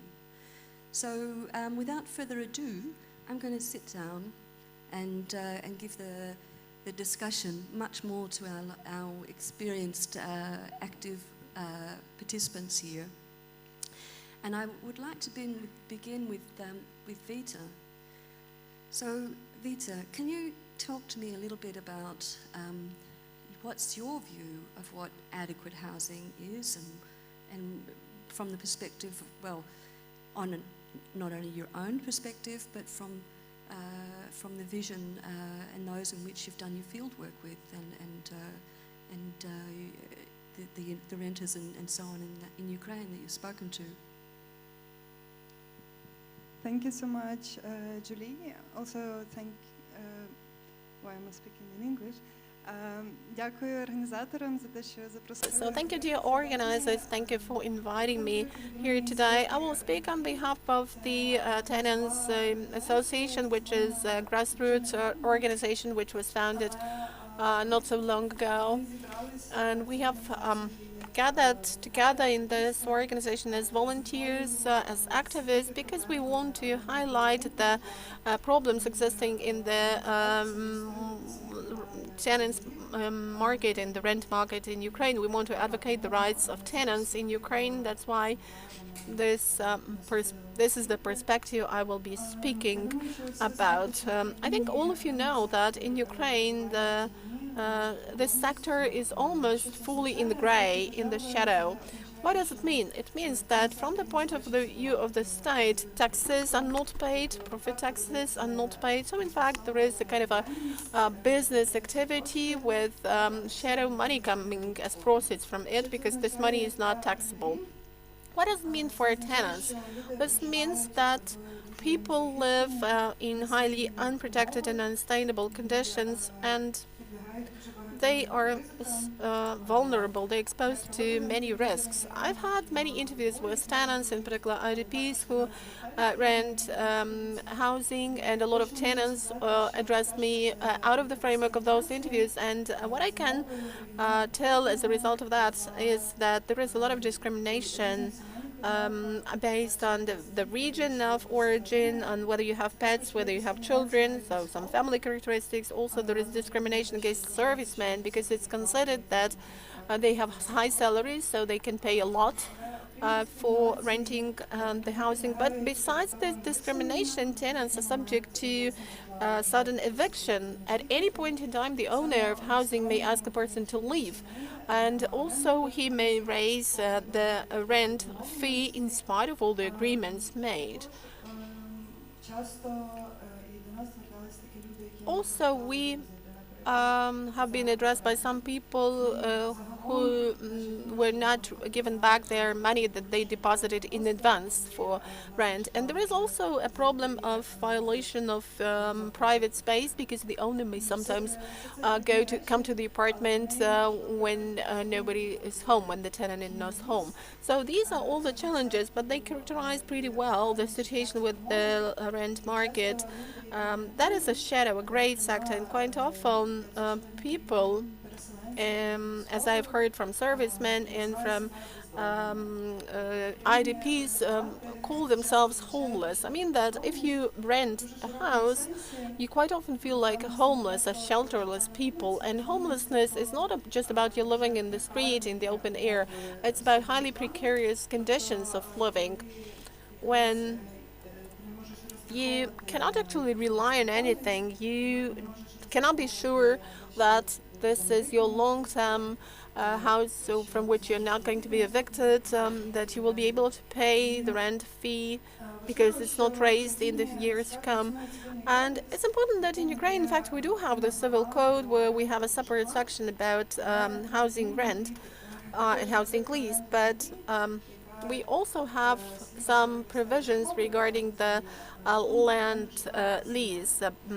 But as far as land lease is concerned, we have the law of it, but a separate law on that. But we don't have a separate law on the housing rent and lease. And in the code, we just have some voluntary provisions stating in Article 6 that the agreement between two parties can be, well, let me look for some words. So both parties may come to an agreement on anything, and they are not obliged to comply with the requirements of the civil code, in spite of the fact that the conditions and the terms suggested by the civil code are rather good. But in the contract between the two parties, you may have whatever you want. And I think that we need to take more care, to take greater care of that. It's important to create a situation in Ukraine when not just your private property allows you to feel confident in your housing, but other forms of housing should also provide you with a chance to feel confident. There has been a mention of social housing, and I think that rented housing should be treated as an alternative, because more and more people are becoming homeless, and we know that 60% of IDPs are renting housing, and before the war a lot of people also rented housing. So these are actually millions of people who are vulnerable, who are not protected, and they don't have many other alternatives. So I could go on, but let's let me stop. Come back to you, Vita, because we want to also hear about your suggestions for reform, and but we want to hear perhaps one by one what each of you think about what is adequate housing. And so you've said, if I can just summarize a little bit about the importance of security, about not having the fear of unreasonable rent increases, about not having the fear of eviction. I think you also referred to some of the research on where those of the most vulnerable in our community, those who've been displaced. Also, that research says that one of the second fears they have, apart from the war, is being evicted. So there is a much higher chance of an IDP of being evicted, in fact displaced, kind of a secondary displacement. So that's something I learned actually from some of the research you've been doing, but also from the International Organization of Migration in their big report in June 2024 on the conditions. It's very, very informative. Can I just ask, before I let you off the hook, is there anyone actually monitoring this situation? На жаль, ні. Unfortunately, no, there is no monitoring, and I think it's important to mention it here that we don't have any wide representative studies about housing rent. And now the data we can rely on is the data from the International Organization for Migration mentioned by you, because it primarily researches the data on IDPs. But since IDPs are faced with the problem of fleas, this means that indirectly we could also be talking about the problems that the IMOM has found based on the reports dedicated to IDPs. But there is no systemic study and research, and this is a problem because the national policy is not evidence-based. The country is not ordering any studies. That's a good tip for our colleague in the Parliament later on to talk about how to institutionalise and needs and monitoring of the quality and of the existence of actual standard contracts which are well based on good practice. I know in my country, the Netherlands, in fact, also in one of my countries, we download our contracts from the tenant union, actually, and that's the one which we use, the woonbond, they call that, so we download that. And when we work out what the reasonable rent should be, it's based on a sort of point system for the quality of that housing and how big the rooms are, and if it's got a balcony, and if there's heating, and do I have to share my bathroom? So we actually make a assessment of what a reasonable rent is based on the quality. In other countries it's different, and one of the ones that you've been looking into is in Germany, where in the private sector it works a different way. But perhaps you could just spend 1 minute, just 60 seconds, how do they determine what a reasonable rent is in Germany? Так, я думала говорити про це пізніше, коли буду давати рекомендації. I actually meant to speak about that later, but really in Germany we have the Bremse principle, which means that, which actually predetermines the market price of housing. And in Ukraine we tend to speak a lot about market prices, but these are random free prices. In fact, the market price, according to Bremse, actually means that if you want to rent an apartment, the owner cannot ask you more than 5% on top to the price which exists in this quarter where the apartment is located, depending on the quality of this apartment, like the number of rooms, the conveniences, and things like that. So all the apartments which are pretty much the same will have almost the same rent fee to pay. So this is actually the market principle. Okay, that's a good to come back to later. Well, let's move on with someone who's sitting in the really tough position of actually trying to create solutions for people in this terrible situation. So, can you introduce what Kohati's been trying to do and what the essence of the approach is? Your approach sits alongside others, but it's quite unique and has been relatively long-term and productive. So, tell us a bit about what you do and how it came about. Всім добрий день. Greetings to everyone, I'm Irina, and I represent a charity foundation Kohati. I'm glad to see you. It's a pleasure to see new generation of urbanists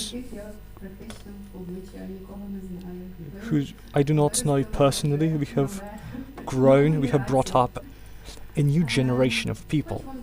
I want to tell you a bit more about Kohati, what we do, and why we are tired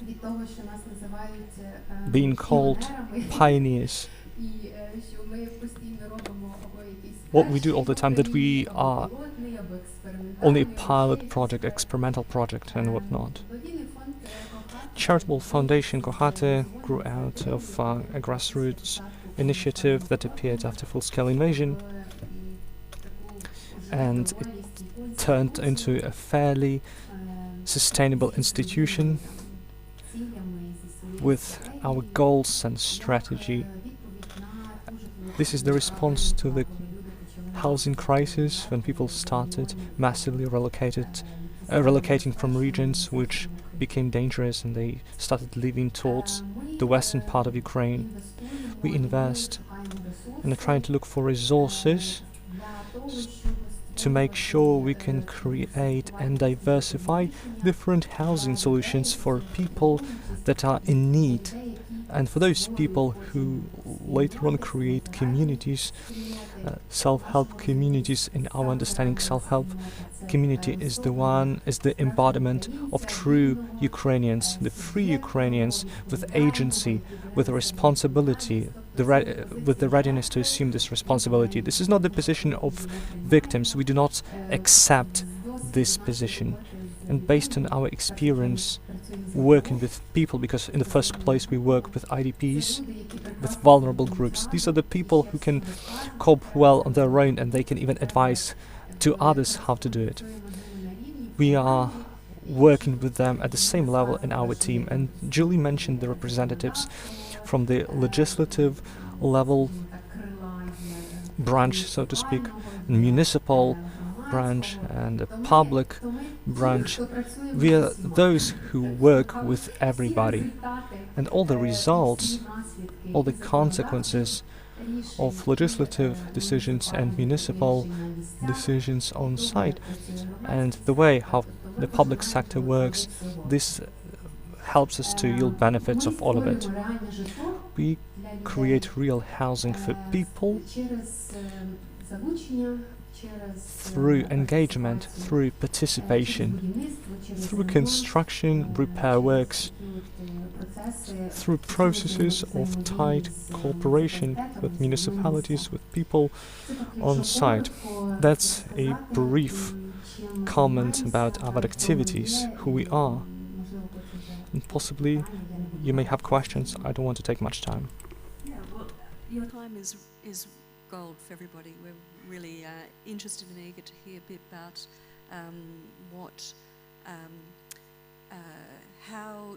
how you see this as responding to the enormous challenges in Ukraine. We know of the scale, and we know some areas are extremely hard hit with almost complete destruction of communities. So do you see that this Kohati self-build will work with anybody approach? Does it have? Are there limitations? Are there ways that it can be sort of scaled up, made really effective? Because, of course, we have so many millions of people in need. So, what would you take from your approach and actually give it, if you like, put it on steroids? You know, what would you advise for your human-centered approach, which involves people?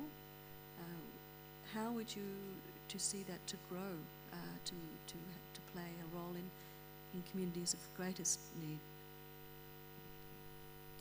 Якщо я правильно зрозуміла питання, If I correctly understand the question, we are working on site. We are working with people and building, repairing, constructing. And we are facing real challenges that later on our legislative actors will be processing. We write explanatory notes. We have an off-file format they later implement in legislation. And now there was the first reading of the law about the basic principles of housing policy, and a lot of solutions included based on the projects and initiatives like ours. because a human that writes a draft law does not always understand the gaps in legislation, and there are plenty of such gaps. Could you expand a bit on those gaps?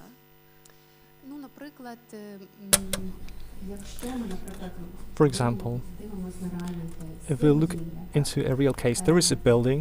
все, що ми робимо в будівлі, All we do within the building is declared by national construction norms, DBN. What is done on land has a land code. Often these laws do not correlate, they even work against each other. So in this given case, you have to understand which kind of legislation is more important, is the basic one, which one you have to follow. The head of household institution may say that the land code is more important and it follows and is in compliance with current legislation. You can go to the main architect of the city, you can tell about the story, and there may be the conflict. Of course, we will be acting within construction norms. I will not allow you to reconstruct because you do not comply with such norms. And there are so many of such things. You can encounter them at every step. As soon as you take half a step, you end up with a problem. So this is a kind of a lottery. And more often than not, legislation is written in a way, it's not only in Ukraine but elsewhere, you can interpret it differently. And sometimes people will make sure they comply with their interests. So I take it you're also running into issues because you're often reusing buildings which were for other purposes, administration or a childcare centre, and they may not be in locations which the city plan had intended. But of course, you're also dealing with building standards which are different for offices than they are for homes. So we have quite a complicated situation going on then, because these land use plans and these building standards, of course, are also there for our health and safety, and also hopefully there for good planning. So we'll move pretty soon now to hear from Anna about how can good reform promote adequate housing. And perhaps you could talk a little bit first about how you see a vision for adequate housing in Ukraine. I'm sure it's something you've thought a lot about quality of living, quality of life, the home and the neighbourhood as well. So perhaps you could just give us your vision a little bit on what is adequate housing from perhaps a broader point of view.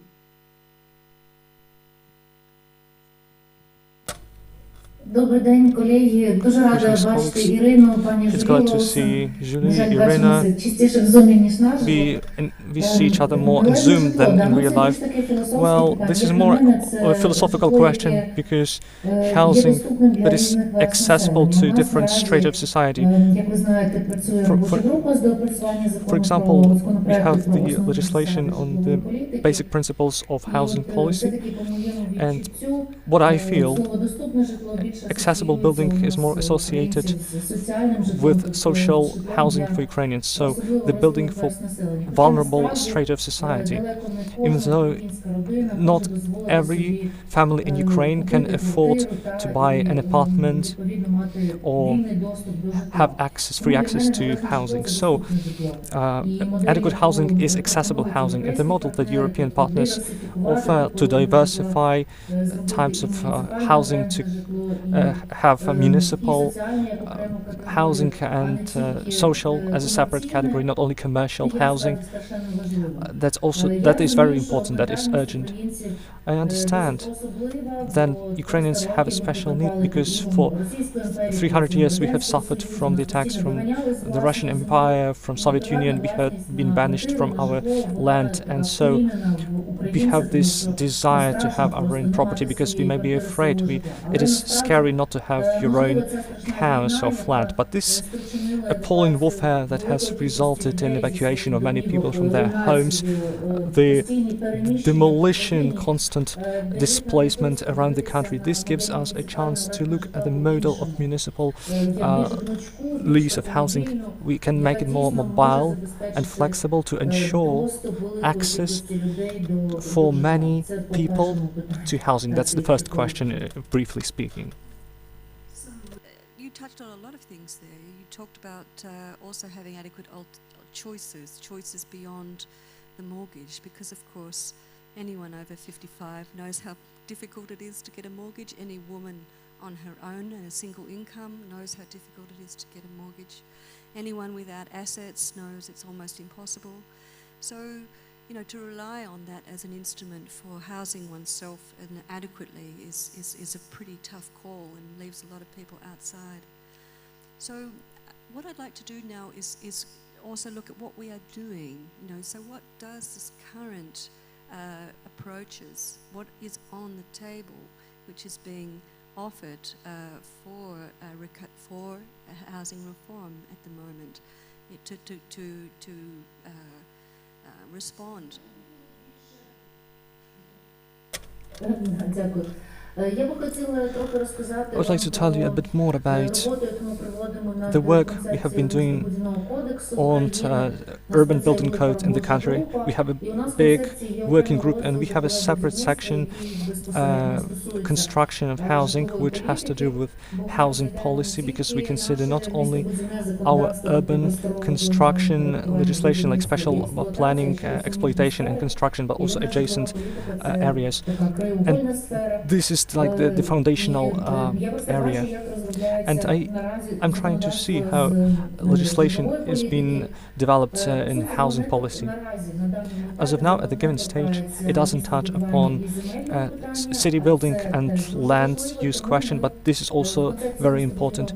So in our code, we focus on this in the first place, construction of residential buildings, and it is imperative to think of housing planning, because essentially it's done blindly now. Communities do not know how many residential buildings they need. They do not know about the current number of such buildings, which kinds of population need what kind of buildings, where we have to locate new construction site, and it all leads to unjustified expansion of territories in master plans for residential construction that in the nearest future will not be built, or vice versa, when there is a huge deficiency of residential buildings in populated places.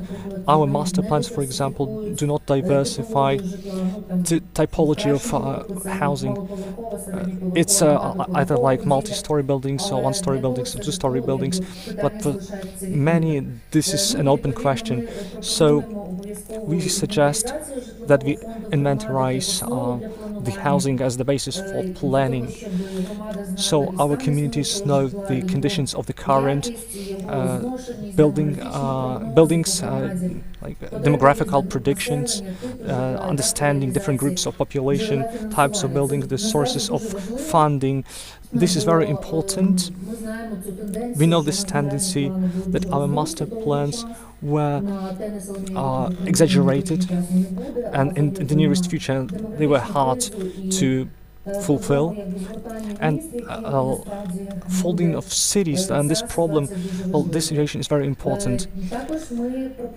We also suggest that we solve not only the problem of new building construction, because substantial part of buildings have formed during Soviet times, and the big problem is in that we do not have the legislative mechanism to allocate land plots for multi-story buildings, like high-rise buildings. If we construct a new building, we can allocate a land plot specifically for construction or private property, and later on we inform a like condominium or association of homeowners so they can use this land. But if we have a current building, we do not have that.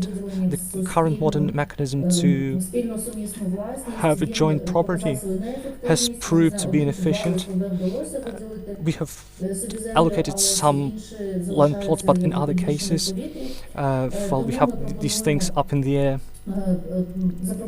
So we have suggested the legislative mechanism to transfer for permanent use, not for homeowners, but like on the field of this condominium association.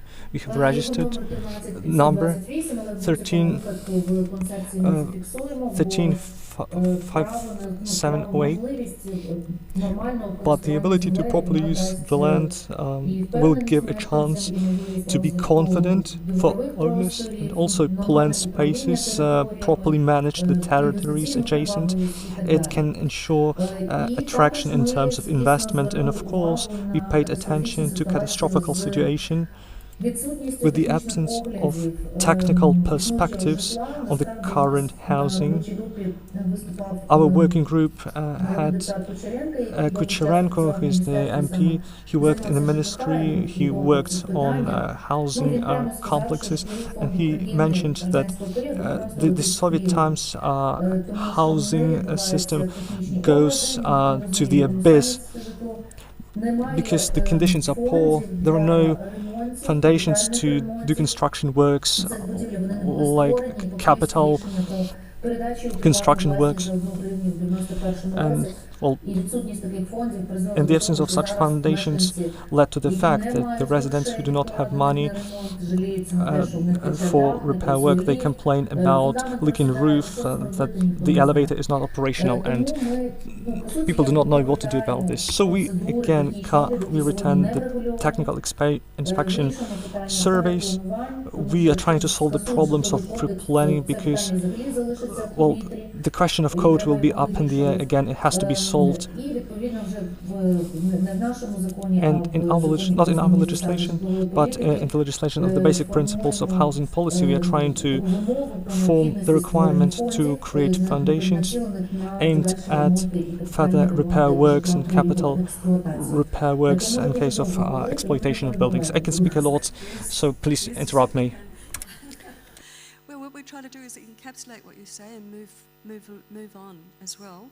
We've got 20 minutes left for our panel, so what I would like to do is focus a little bit more on what would an adequate and just recovery look like.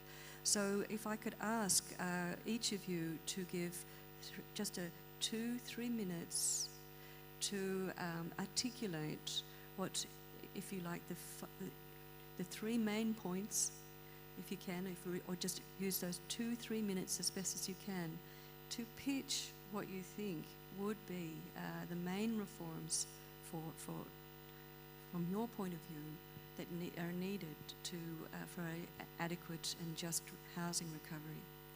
So if I could just put the pressure back on dear Vita and ask you to be as concrete and tangible as you can.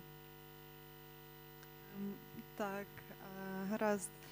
Well, thank you. I'll do my best. So I will speak about the following.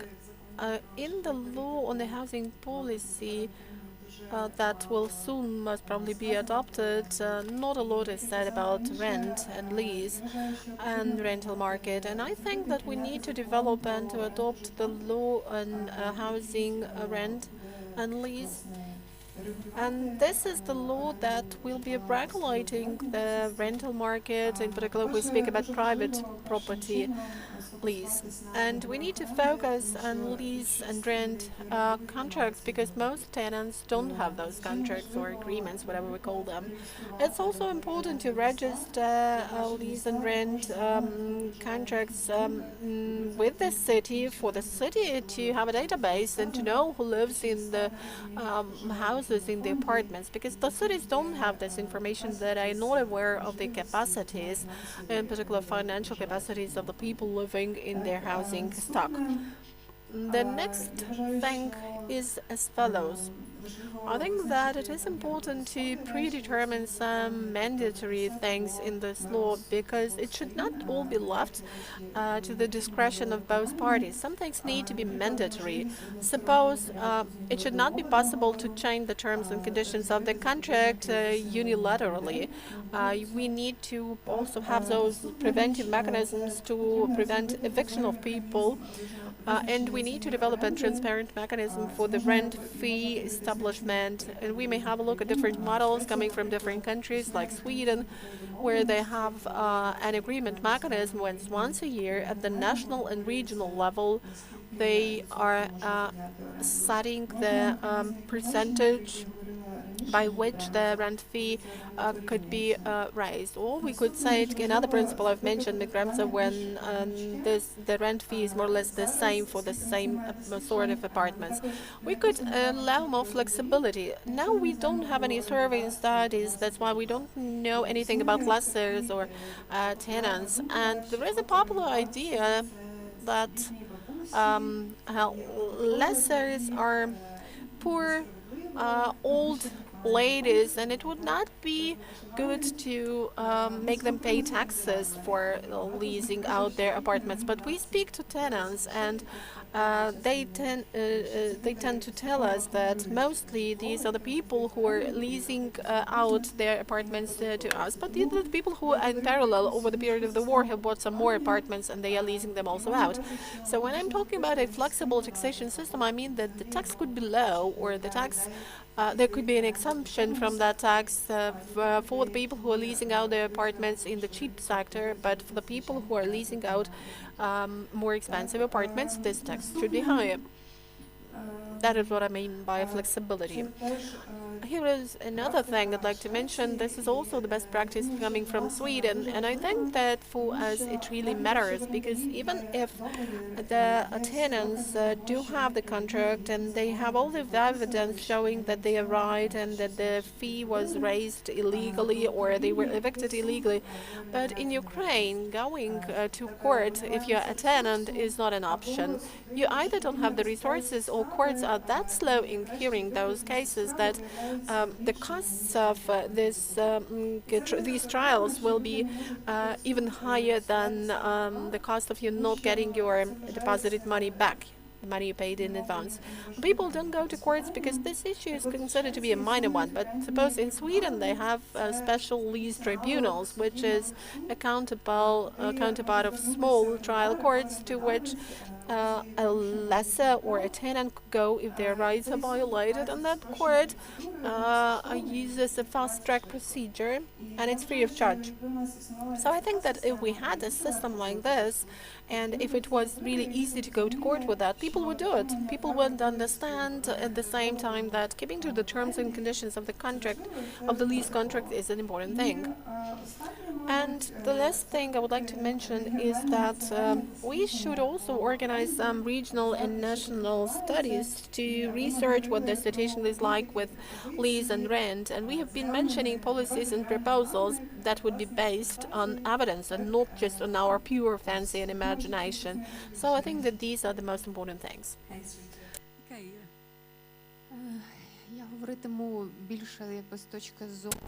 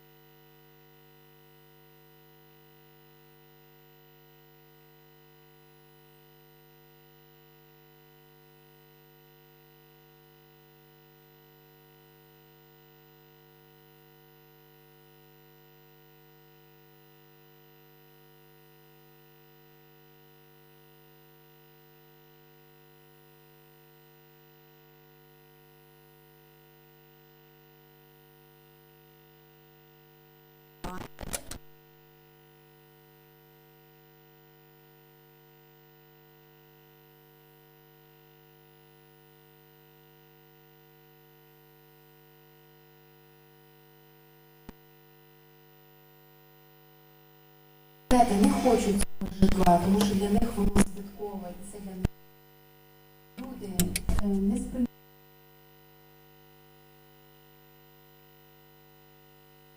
for. So some cool high quality, convenient housing, maybe a kind of shelter, or some practical room or dormitory without repair. So we need to invest resources so people can understand what social housing is like, so that they want to construct it, in particular municipalities and people from managerial positions, so people want to go and live there. This work takes a lot of time to explain why a charity foundation cannot accommodate people free of charge, because we do not earn on this, but we need to provide salaries to people who clean them, like replace light bulbs, like for example, or maintain expensive equipment. And there is lots of outreach activities no one has, and that's important to be done at many levels. Second point, the absence of this understanding what is the housing operator. I'm not sure what it sounds like in legislation, but we have precedents when these managers may include not only managerial companies but also charity organizations, public NGOs that have a goal not of just generating revenue, but they, for example, when it comes to social housing, they may have some money out of it. In this area we have a lot of tasks before us, because we have to explain to people, to our potential managers, what kind of work it is, what it comprises. And point number 3, Julie asked 3 points. What is important? It appears to me we need to ask people more, because this statement, nothing for us without us, it works everywhere, in particular in this field. We have to, it has to do with research and studies and like group works. People have to feel that their opinion is important, especially when it's done for a specific category of people, in our case IDPs. I cannot imagine that some solutions can be adopted out of nothing because our architects want to do so. We double check everything, we ask, we try to coordinate, agree on all the decisions taken. The decisions are taken based on what people want, what desires they may have. Like a basic example, we can have a normal like partition wall, but they ask for insulated partition walls, so they do not want to hear their neighbors, and we spend additional money. We have additional insulation for the partition wall, so the neighboring room does not have this noise, so people can live in comfortable conditions. So there are so many details, as you can see, and if we act only in compliance with norms and legislation, the question of quality will always pop up. That is why we need to hear people, and we need to be ready to respond. Even if we are professionals, we are all experts and expect that we know better, but trust me, in many cases people may not need it. They just have their own desires. That's why you have to have compromises even in these things. Okay, so we can think about, of course, no one would want to compromise on safety. We know that's really important to be, safety is above everything, important in the home, in terms of protection and security, and these things are really hopefully not too compromisable when you're desperate. So I have now to turn to Anna, who can spend there's been a lot to absorb in this discussion about housing and about standards and about choices and listening to people, about different forms of housing, about people's aspirations, about monitoring quality, about where the money flows or is able to flow to repair buildings. Is that something which is of concern to your committee and your work? And what can we expect in the future?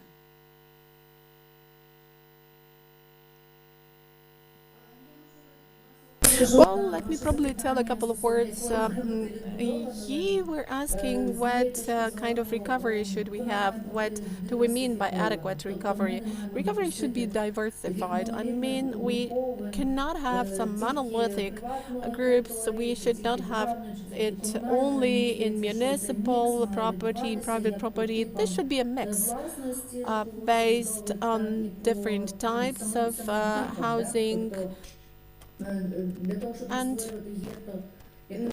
we should not create the so-called ghetto for the poor or ghetto for the rich, because we know that some residential complexes become like ghetto for the rich and wealthy. So we need to have this mixture, this hybrid, this mixed housing structure. I think that this is important for further recovery and further development of our society.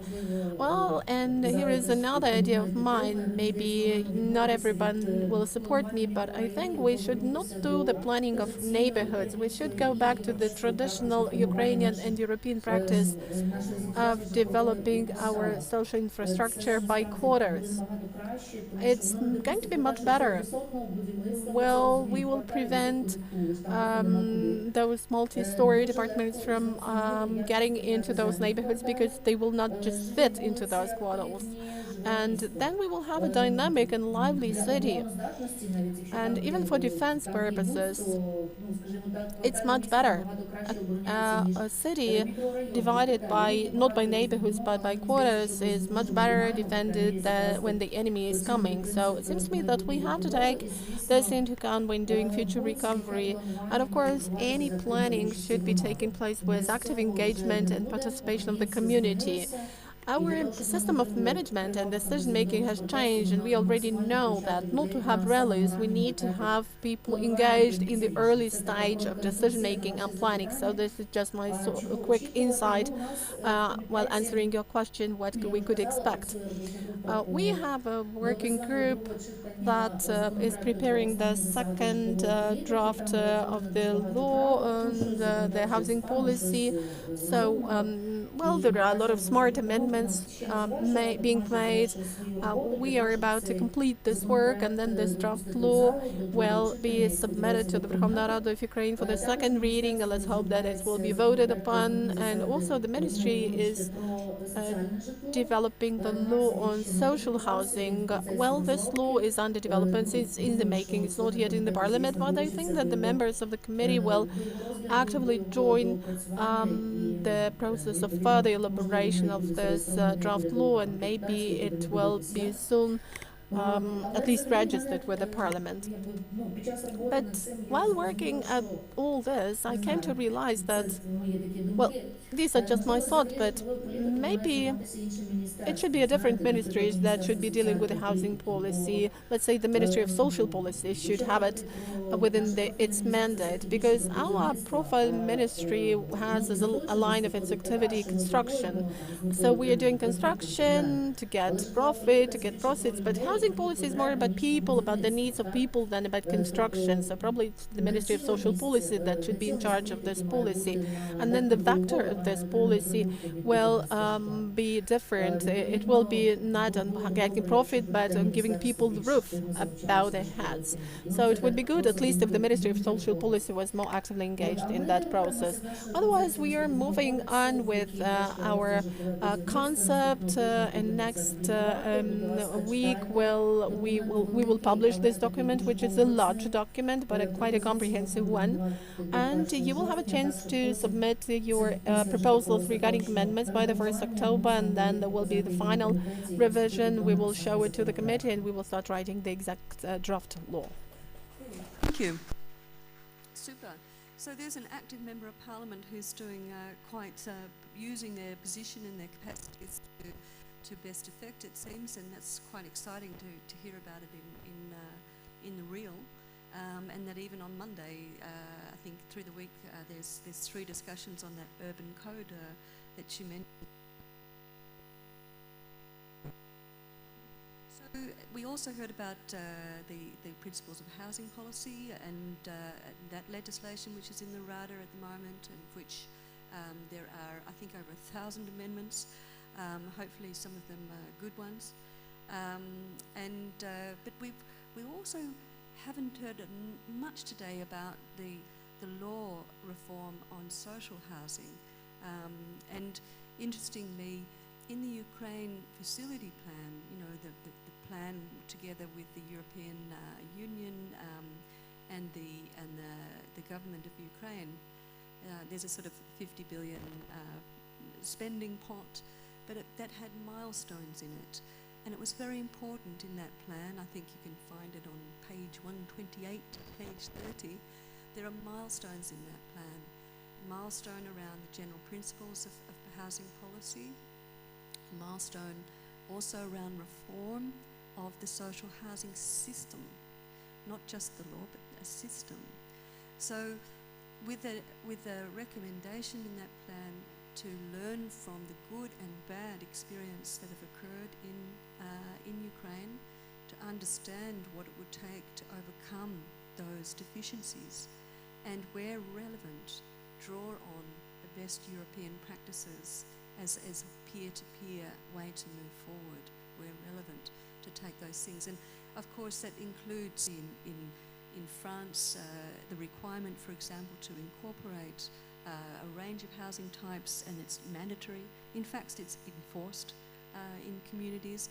You see in Vienna, where they have a land use zoning system which differentiates now between different types of housing uses for the purpose, and when there's up zoning, they call it up zoning, the share of that benefit of that up should ensure affordable housing be included. And you see, of course, in many other countries how they use their urban code, their land codes, to ensure that a diversity of housing needs are addressed. One of the things that Housing 2030 tried to do was to draw out all those European best practices in land, in governance, in decarbonisation, and in circuits of investment in housing. So I encourage you to have a look at that. That's also being extended now to Equal House. It's Equal House involving Horizon Research, involving about 7 or 8 universities, to look at these relevant tools that can make a difference. And one of their areas is in the urban planning land policy, because it's the basis of what the housing outcomes can be.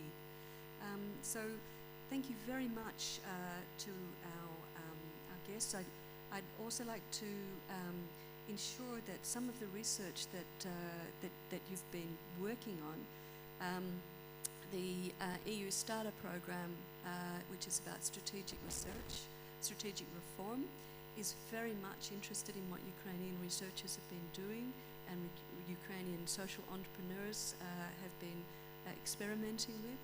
So we've produced a series of 4 reports, which also are available, and I think there was going to be a slide available online where later on you can download those reports, in which you'll find, for example, contributions from SADOS and from others, which are brought together about what all the recommendations have been, also in terms of research on the rental market, also in terms of experiments and more than experiments, efforts in social housing, which are summarised and put forward and explored, also to do with the role of the city, the municipality, what can it do more effectively, is also what kind of capacities would they be needed.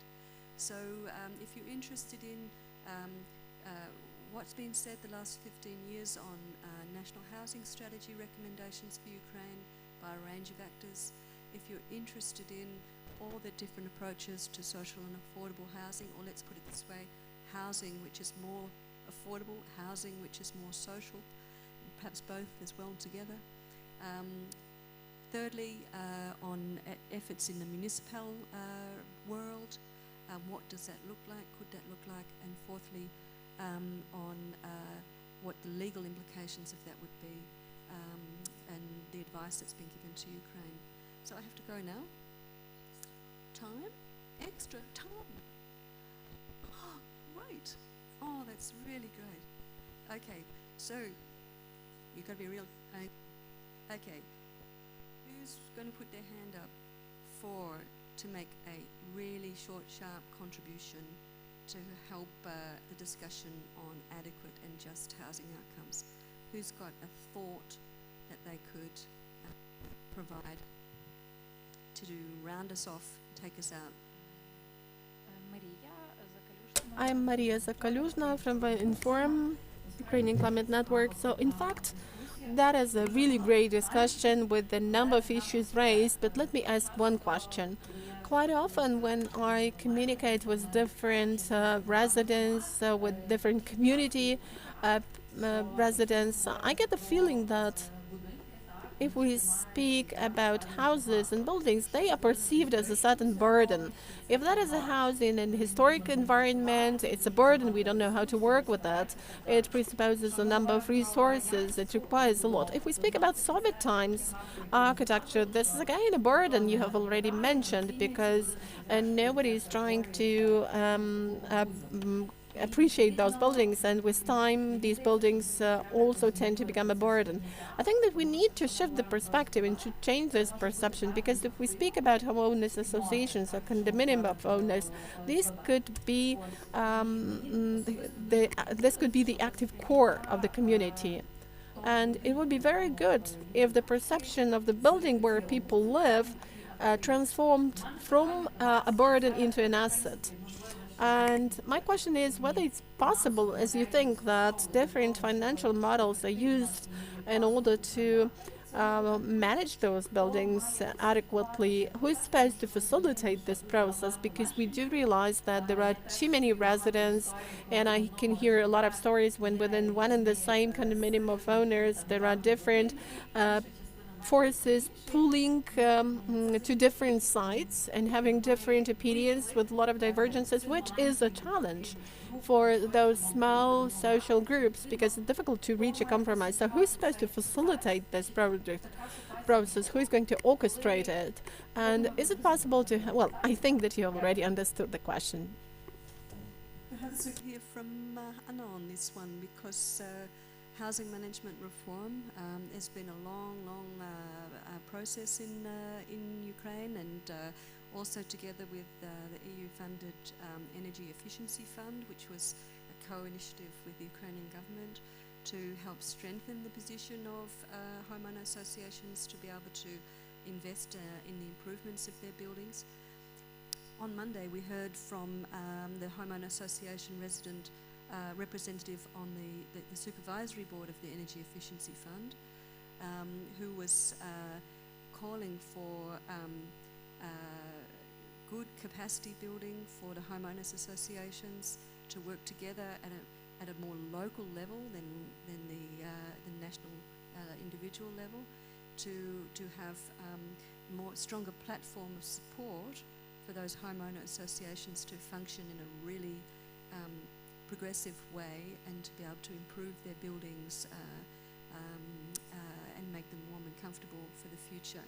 So that was one aspect that came in on the Monday when we had the Right to Adequate Housing conference in Kiev. But Hanna, you have some thoughts about this too, and perhaps we could hear from you.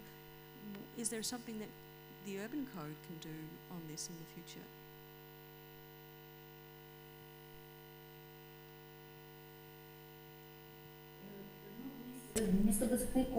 Well, the Urban Code is more related to maintenance of houses, and the rules and norms related to the operation and maintenance of buildings. But if we speak about funding, about the burden mentioned in this question, In the new housing legislation, we have the principle of the revolving fund and the principle of the work of non-profit housing companies, which will be getting the money, but will be using the money to do repairs and to maintain or reconstruct available housing or construction of the new housing. But at the moment, we don't have a system like that, and it seems to me that the main problem is what do we do with the fund, with the stock which we now have. Residents don't have money, the management company has not been established, and if it is a site which has some national importance, historical importance, so we generally don't know what to do with it. So I think that municipalities should get together and form public-private partnerships within which they could engage some money. They could raise the money from the city budget, from the residents, from the national budget, from the donors, and in that way they could somehow support and maintain this housing stock. I don't see any other option, but let us see how this draft law on the basic principles and further laws will be developing. In our section, we will definitely prescribe the procedure for the technical examination. That would be a regular technical examination of buildings. There will also be the criteria of eligibility for the managers of our buildings, and we will prescribe some other issues which tend to be under-regulated at the moment. So I think that this is the way we will go. Well, terrific. It sounds like Ukraine is working on it and on the legislative scale, but Europe wants to get behind with the right kind of reforms to make homes more inclusive and also energy efficient, and do it in a fiscally sustainable way for communities so that they don't bankrupt themselves, which is also not what we want. We want sustainability for them to grow and prosper in the future as well. So it's a fascinating topic, but I've only got 41 seconds more to go, as I can see the time ticking away. But are there any very last quick 1, 2, 3 that we could have from Vita and from Ira? What should be on the desk of the minister tomorrow? Immediately.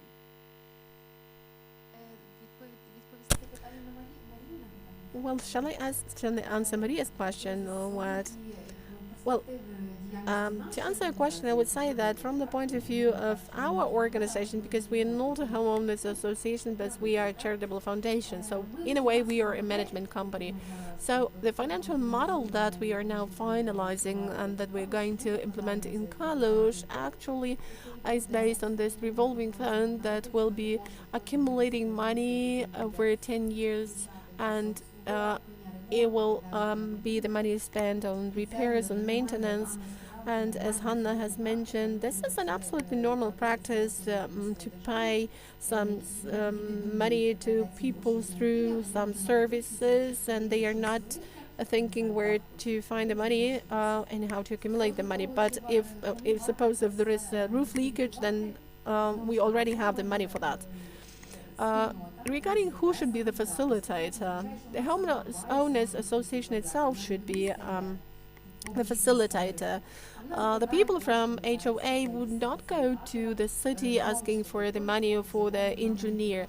They are arranging a certain fund to which they pay, let's say, monthly contributions, and well, all this may happen only at the level of negotiations. We are social people, we need to understand why we are doing all this. There should be advocacy, there should be awareness raising, enlightenment in a way, because that would actually be something that will explain to the residents that these improvements make the price of your apartments higher, then you can sell your apartments at a higher cost. So there are a number of factors that people should be told about, and that is already an advocacy campaign. So that's what we are doing. It's not that easy. There are some tricky points, but that is the process. And you remember probably a project from Lviv. there were some historic buildings with windows, and GIZ allocated 50% of co-funding for the people not to install plastic windows instead of those wooden windows. And so that was not installation of plastic ones, but reconstruction or restoration, I would say. So this was the actually public-private partnership. Well, just to conclude, let me say that when we are talking about maintenance of the housing stock, it's important to take into account that we have there not just owners of apartments, but we also have tenants there. And these may be the people with different property statuses, because we already have this mix of people in Ukraine. Somebody can afford something, somebody cannot afford. So we need to take into account the needs, the economic situation, the status of different people. We need to take into account this diversity, and that's what the Kohata Foundation actually promotes with our participatory approach. We understand that both owners and tenants will live in those apartments, and I also think that social housing is a very good example of fair lease and rent relationship. So let's hope that the law will be passed soon. Great. Okay, well, there's a lot to be involved in. I'm going to close now, but thank you very much for your attention. I could really feel that people in the room were really listening and not looking at their phones, but actually really engaged, and I could see across the room, and I'm so glad to have such a fantastic audience and so many people apparently also online. So it's been great to be with you, and let's keep up the conversation and make it work. Thanks. Thank you. Я запрошу спікерок. So let me invite the speakers back to the audience. Thanks a lot once again for the discussion. Thank you, Julie. Please don't leave the room, because we have a soft transition to our next session, which is Who's Who brief presentations. Well, there may be one technical minute for arranging all technical issues. And so now we're going to have a session of brief.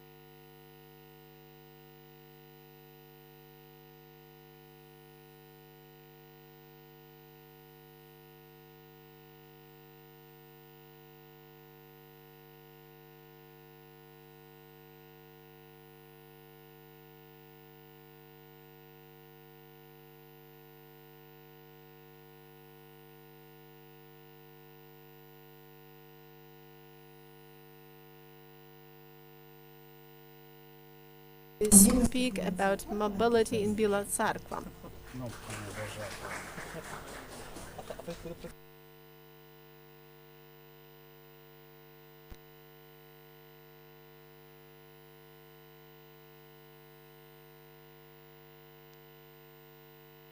Ukrainian, but also a conscious resident of Biała Czarkwa who's caring about e-transport, and Biała Czarkwa is normally not mentioned at such events, and that's good that our NGO is starting this tradition.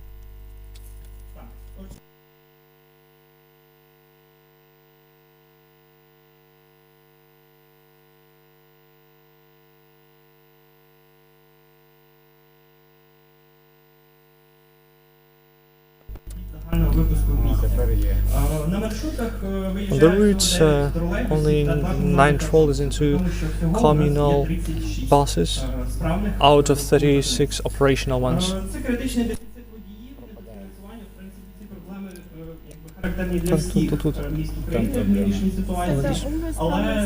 Characteristic of all the cities of Ukraine, but since we didn't produce a lot of them, than it is. And as you can see, another item is liquidation of the e-ticket, and everybody keeps boasting of the fact that they are implementing.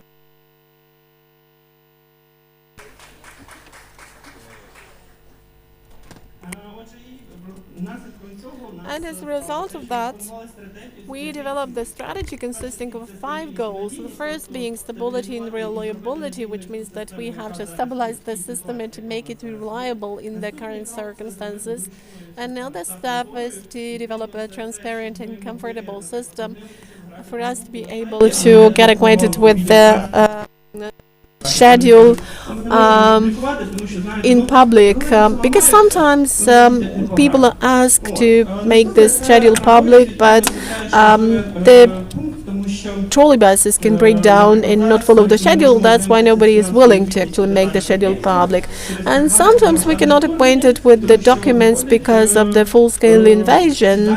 This data is considered to be not public. Another strategy, the third objective of our strategy is upgrading and modernizing and refurbishment of the movable stock and of our stops and stations. Another objective is growth and development, and according to our estimations, the city can fully be covered by trolley buses and e-transport with autonomic mode.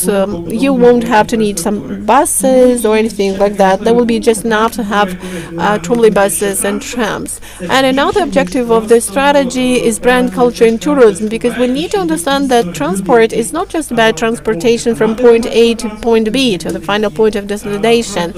There are just some people who are interested in taking a tour. Let's say today you've had a trolley bus tour, and Bila Tserkva can also do the same, can also arrange a tour. Behind me you can see a treasure. This is the only last 552 bus in Ukraine, the only one that has been preserved. Here is another trolley bus, Icarus trolley bus, and we had such trolley buses only in Bila Tserkva, so it's a real treasure for us. So what we are now doing, we are now working at some specific steps. We are updating the traffic schedules, because that will allow to reduce the burden on drivers, because we will optimize the speed of transportation. That will enable to also make the hours of public transport work longer, because we will be able to have more trips within one and the same hour. And of course, we have conducted the study of in terms of barrier-free environment. Here I'm talking about the stops, about the driveways leading to those stops, also some tactile points. And we, as a result of that survey, presented this information, and our public organization will be engaged in the city planning meetings, and we will be engaged in the new projects that are in the making. And those 5 objectives are just step number 1. We are looking for friends and partners to be in charge of changes together.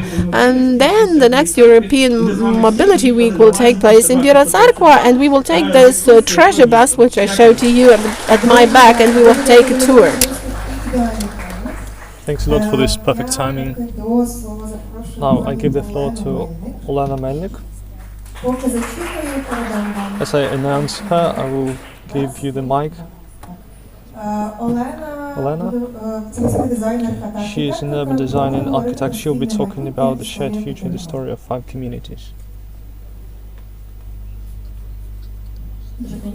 We are waiting for the presentation. It should pop up on the screen. Meanwhile, I want to tell you, I'm Elena, I represent the Urban Reform team. For more than 10 years, we have been working with communities in different aspects, starting from spatial development of the community. I can see the presentation on the screen, but not on the main screen.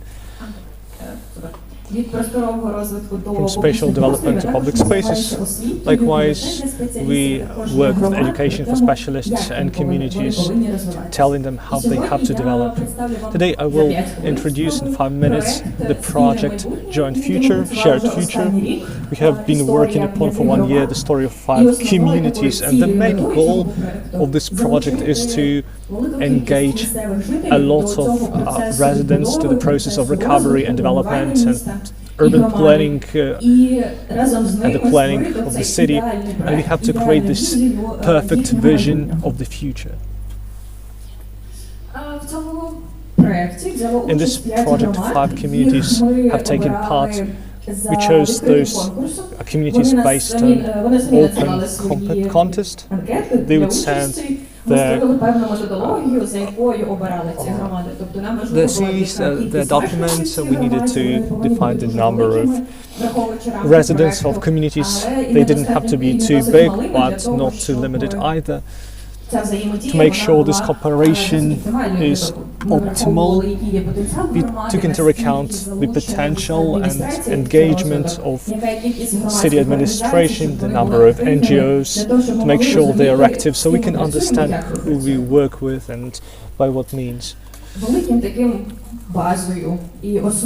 basis of this project were joint meetings. It was important that not only the city administration attended such meetings, but different categories of people, because it was important to highlight key requests of every single person. And depending on the communities, different participants would attend. Actually, mostly elderly ladies who propagate culture, and they're so eager and talking about the story of Chuhuyev. They supported and tried to develop. By contrast, in Thurston, we had younger audience, always supporting for the development of the city and community. They always create NGOs, they tell all the time about their communities.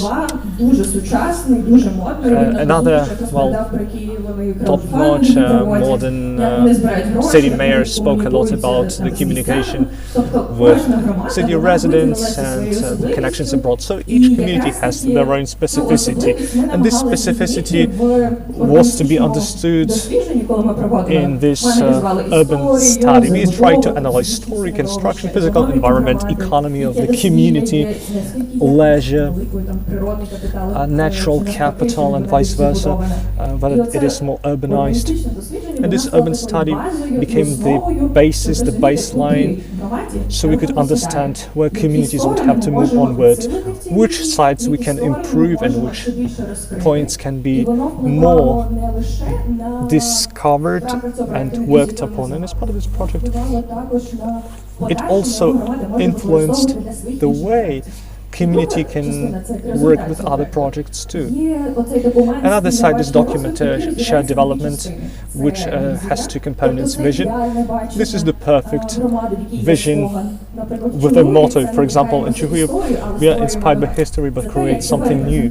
That's how the community wants to present itself. And there are ways to develop, vectors of development, something we researched in our study. And each vector, how we can launch it, where communities can move, how to implement, make it come to fruition. We have also a list of pilot projects we also discussed as a result of these discussions with city residents. We wanted to know which projects they would need, and we split this into program spatial and program spatial projects. Program-based projects had to do with the physical environment. Speaking of time frames, these are the projects that can be implemented in short.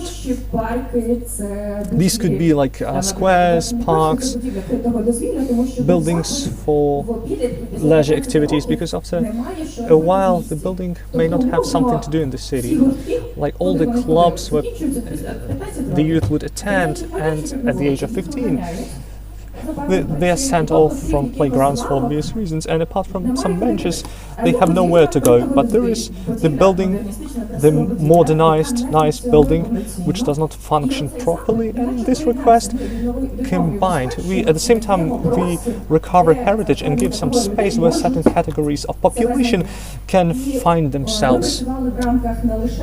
And we try to work not only as within the city but also within community. These spatial projects also encompassed the network of public transport, or tourist routes, or public spaces, but to engage the entire community, not only the central part of the city. We had to make sure each location, each village in this community, it doesn't matter whether 6 or 7 communities, it had to resonate with every part of community so it works holistically. Thank you, that's it on my part. Olha, there's a QR code. At the same, well, meanwhile, you can learn more information about this project following the QR code.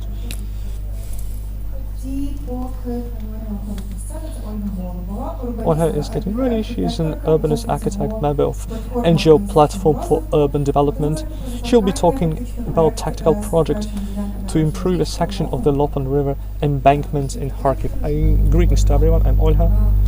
I want to start with the name, with the title and census. Why opening this part? It means, well, directly like clearing, so you can get to this area. You need to move along the narrow path along the fences, and we try to reconsider this region in this part of area. We spoke about this in detail. We have projects in the Kharkiv region where the project has been implemented. The second aspect is, well, it was in the historical region of the city and Lopan. There is a tendency for one side to be covered with reinforced concrete and the other part is not taken care of, and the citizens don't have access to a river. That's why we are trying to work upon it. And the participation and engagement is very important. Our community has 150 people who take part in different projects of this NGO, and there is also an active community which focuses specifically on this project, and we call this initiative like co-creation of the space, because this is a long-term project, and we try to engage the locals who could provide electricity, for example. This plank where we create a couple of benches, in 1 week we just go to that spot, and on one of the benches we were able to see that some of the locals removed part of the fence and put under feet, and we tried to leave it as is. This was the symbol that locals also joined this project. So this project lives its own life. We can see a couple of steps in implementation and our aspirations down the line, so we can transform this project in public spaces with a couple of functions, because we need some space for solitude. We would speak to locals to learn about their needs, because for the most part people tend to walk here with dogs, or cyclists also use this route to reach from the historical museum of the city. On the other side we have a railway station, so you can use not only transitional main routes but also have a walk here, and people didn't have such an opportunity before because this part was neglected. We had communal works together, and to implement this project we defined what we would be willing to do, you can follow our Instagram to follow this initiative. We are open for cooperation. So you are very much invited in Kharkiv. You can have a look at this project and not only. Essentially, that's it on my part. Thank you. 10 more seconds. You can leave this slide. You can scan the QR code. Thanks for the timing.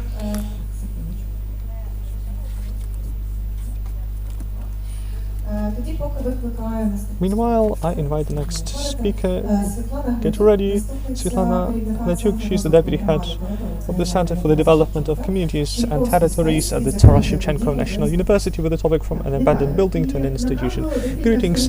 Indeed, a couple of centuries ago, Mikhail Chodorkovsky, I will be mentioning today, was the figure that influenced cultural and political processes in Europe. Today, his name is restored in a kind of different format in the region of one village in the Zhytomyr region, accounting for 300 people as residents.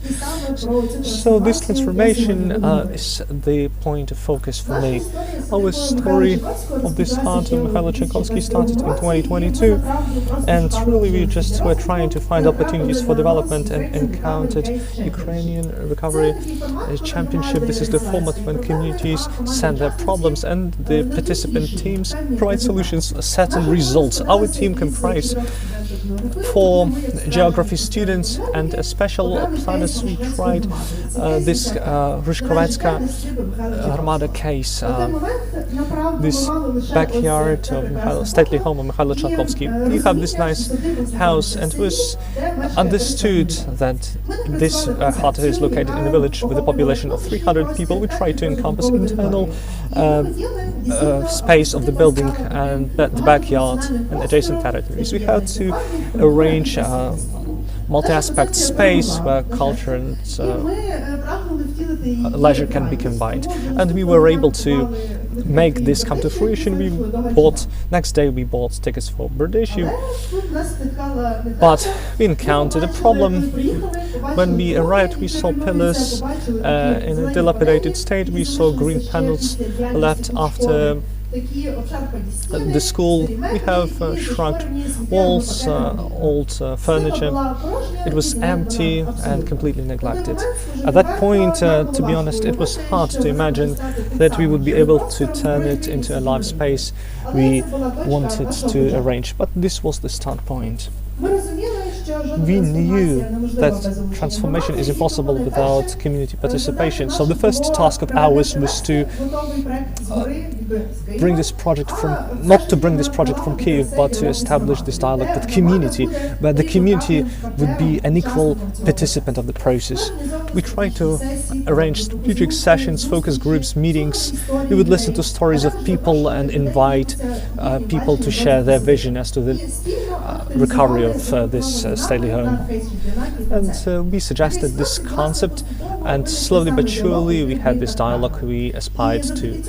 And thanks to this, the community started perceiving this stately home as their own thing.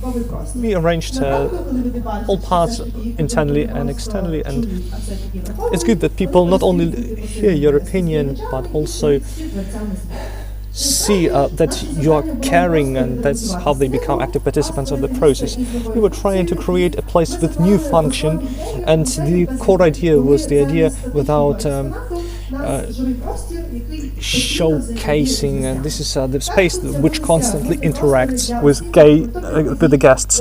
So this space turned into a place for different kind of practices and events, and the heritage of Chodorkovsky lives not through musification but through different cultural practices and active participation of other people. At the same time, we realized that but for communication our project would not be recognizable. That's why we published information in social media and created an geolocation pin, because there are 2 locations in the country. That's why people would find a different location This is very important that our location is recognizable now, because the local idea turned into a role model for others.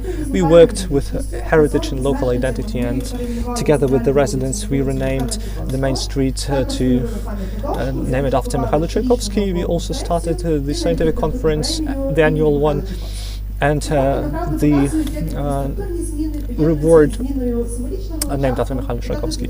And this is about restoring memory and about cultural awareness. We have 2 staff members, which means that Tchaikovsky Space stopped being a short-term project. Rather, we created an entire institution. We attended an empty space and with closed school in 2019, forgotten, but that had the support from community. And through participation and interaction and built institutions, we turned this dilapidated space into a space which builds the cultural environment for Hromada. This was a hard path, but it was worthwhile. Thank you.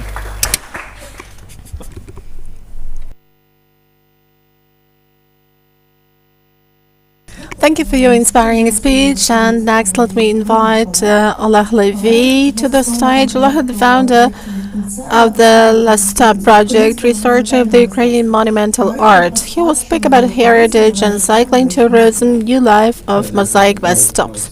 Yes, thank you. All the projects already presented are cool, and my idea is very simple. I even thought that probably I shouldn't go there, but at least you could have a look at the mosaics. So I'm Oleg Levy, as mentioned, actually it's 3 years ago.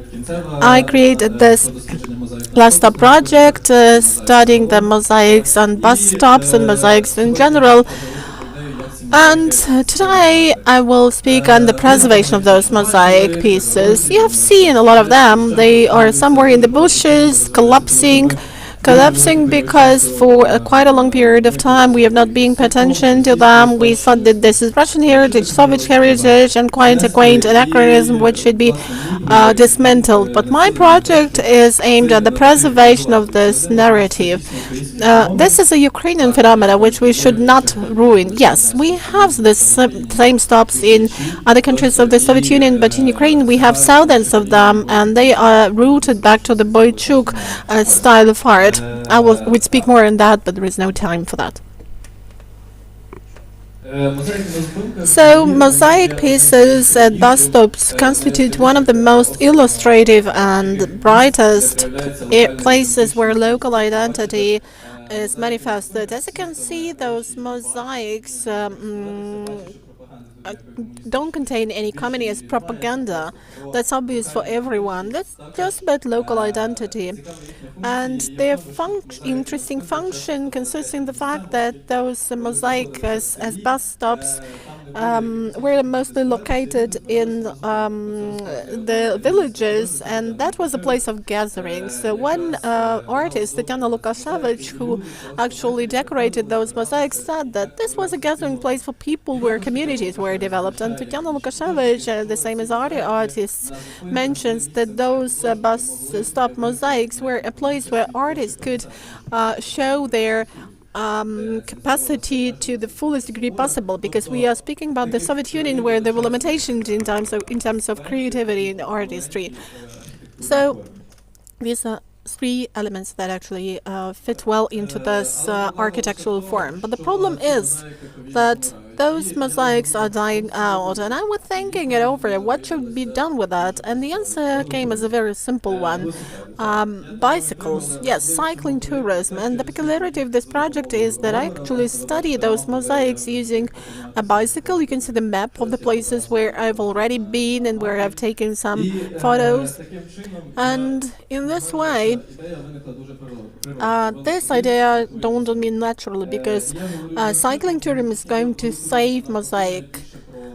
And I'm talking not just about inbound and domestic cycling tourism, but about attracting foreigners to Ukraine, because this experience shows Europeans tend to like Ukrainian modernistic heritage.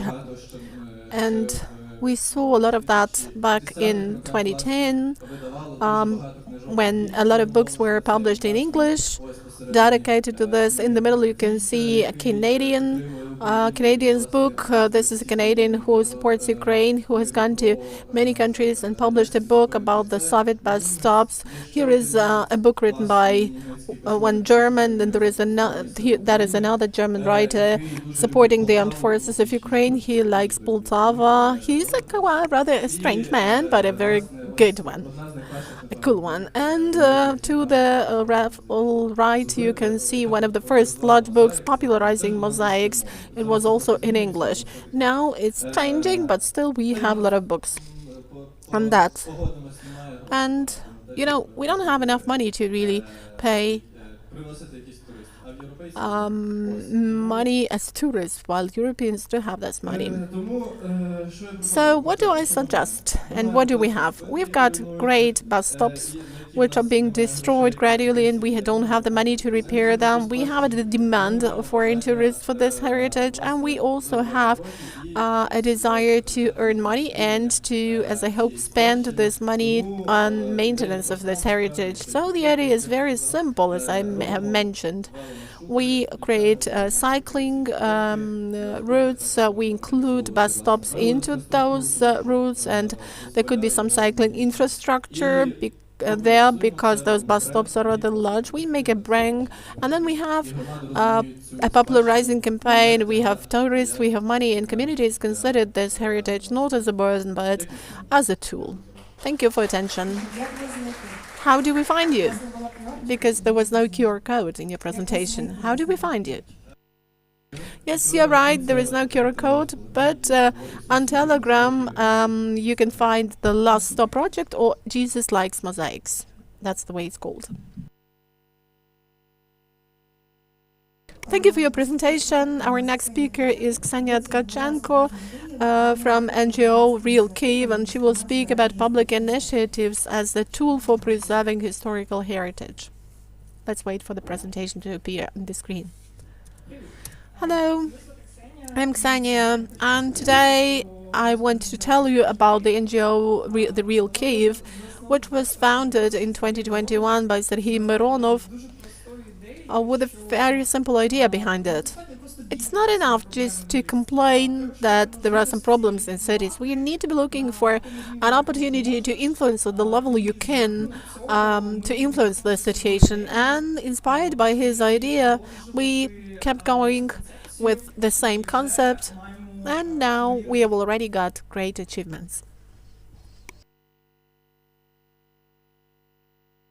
Cities have their pros and cons. Why is it moving?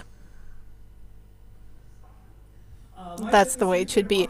So cities have their pros and cons, they have their advantages and the disadvantages, and the major challenge for the city, for any city, is actually a destruction of historical heritage. There have been situations when there was a curfew, then was a missile attack, and in the first half an hour some piece of historical heritage was dismantled. There were some complaints coming, but that was not enough to stop it from happening. Another problem is indifference of the community, then lack of funding and control on the part of the city, which is manifested in the fact that the city is not interested. The city is interested not in the preservation but in construction, and the historic pieces are just lost in the overall background. And the main enemy for our cities, of course, is Russia. This has come to me as a tricky point because, when there is a reconstruction of the door taking place for about half a year, you're looking for some people to do this, and in parallel the Liberman's building is hit by a missile or by a drone, and a new floor for work is opened for you, and you tend to lose motivation. Here are some of the examples. The first doors, the address is Saksahansky 112A. This is the example of historical door, and more recent Soviet door. So we tried to combine these two elements and made it our business card. The next was the green door of the Faculty of Philology of the Taras Shevchenko National University, and that was the project which was much more difficult than the previous projects. It required a lot more professionalism on our part, and throughout the process we were learning how to do things. We actually had to do everything from scratch, and we had to look for different options how to improve the situation and to achieve more long-term results. And the last door is in Nahirna, at Nahirna 2. It all started with the door, but then we took over the restoration of the whole estate, which now serves as a cultural space. Besides that, we're not just doing restoration, but we also offer some tools for communities to get engaged at their level to support the city, because officials and functionaries don't always know about all the problems, and we as communities need to make requests and to show the vector for the development of our cities. So first of all, we teach people to use public tools like 1551 and 1557, which are the applications of Kyiv City State Administration, where you can quickly get the answer to questions related to illegal advertising, and that will further lead to the dismantling of those billboards or advertisement pieces. And well, we used to have Sasha in charge of that, of dismantling, but it was too high. It was very difficult to cut that birch tree. So now we do it by addressing the municipal services. Also, as an NGO, we deliver lectures, we hold excursions, exhibitions. And here, let me mention an exhibition called What is the Door? What does the door tell you? We brought some doors from Kyiv. We had them in full size, and people had a chance to have a look at the door, at each door, touch it, learn the history of this door, and that was interaction with the door. Not just as with an element of the city landscape, but a specific nice object. Also, we had a house with a bakery shop where we engaged the community that further started a local chat with neighbors, and they helped us keep abreast of things. And when some engineers came to dismantle the building, we managed to stop it. So for the time being, criminal proceedings have been launched, and a case has been filed in court. So a city is a structure, and we as city residents and managers that have to amend the structure, replenish it, and move it in the direction we need it to move. When we get and instead, if we do it, we get the best circumstances possible. And I would like to invite the last speaker for this session, Marina Miloshev. Thank you. Marina is an expert in urban planning at the UN Habitat Organization. She'll be talking about urban planning, designing for all, gender equitable and inclusive urban recovery.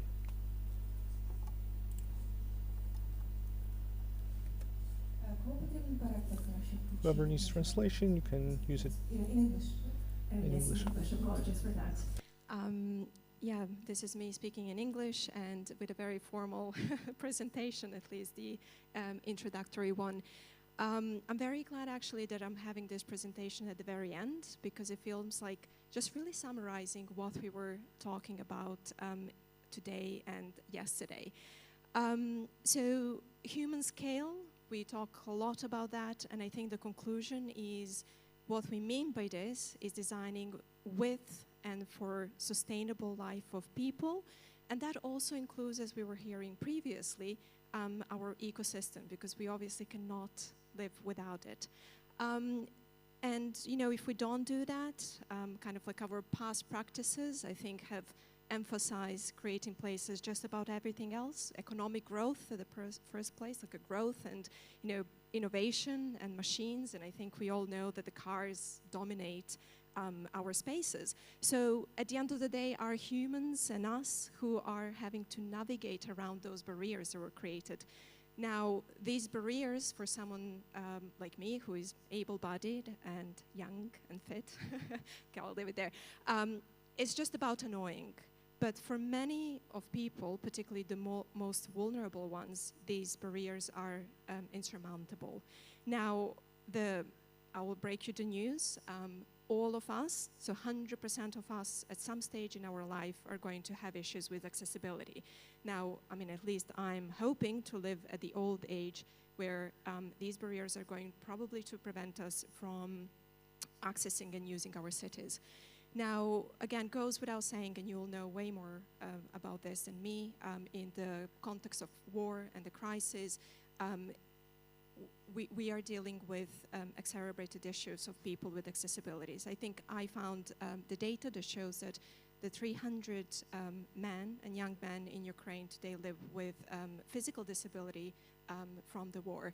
But I also wanted to draw the attention to something that is important, that those visibilities are not often, vulnerabilities are not often the most visible. When man is at war, absent, or suffers injuries, women also suffer, and we know that data shows that the gender-based violence increases. They also faces way more burden on caregiving of their families, but also having to financially take care for the families, often in informal economies. But obviously not designing for inclusivity is not always about vulnerabilities, it is about joy. The joy really never stops. And these are the images that I've recently taken, which reminded me that even in the time of crisis, we still live, we still find time to play. Now the difference is that at one point in our life, we are confident to play, like in the swings up in the air. And at the other time of our lives, we way more prefer to just sit and play chess. So we need to be thinking about those differences. But what do we do about all of this? I think as urban planner, which I've spent most of my career, we love writing, right? We love strategies, we love putting the things in the world, and I can tell you that there's no lack of these, policies and all of the things written. At UN Habitat, we obviously have a suite of documents, and recently we have translated to Ukrainian a great toolkit, Her City, which is reminding us about designing as well for women and girls in the context of recovery. But what do we really actually do, like in practice? And a lot of these images are as well from a couple of projects that we are doing with colleagues from Urban Reform, who are our partners on several projects. So it is about, and we said this 100 times, is participatory engagement. This is actually giving the power to people to decide about the spaces for them. And building on their knowledge, we are just a technical expert who then need to take the knowledge and really implement in the sustainable way. And that needs to start from the very early. How do we communicate the message? So who are we designing for? And really giving the power for them to engage. Then, what are the methods, who we are talking to, how we're going to engage, how we're going to talk to them, how we're going to really give them the power to decide.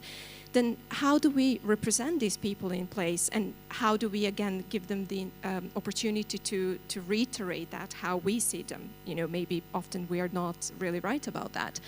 One of the practices often in the UK context, where I spend most of my life working, is that we have the panels where we bring people and they make the final decision, final yes, but that's institutionalized. And then also another thing I think that worth just reminding is our work doesn't stop there. We need to bring those people during the maintenance, during the build, and long-term maintenance and management of spaces. Thank you very much. Thank you.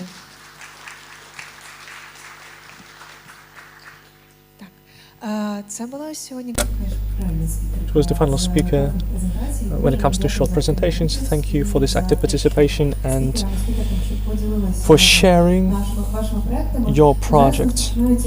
Now we will have the last official break till 5:15, so if you want to get to know with someone, you can hang out in the space, you have some good time. Of course, we do not have the coffee break now. This is just a normal technical break, so you can just stretch, hang out, and we will proceed at 5:15, the last panel discussion. Thank you, we will wait for you. Давайте спробуємо повернути ті навушники і чи... Okay,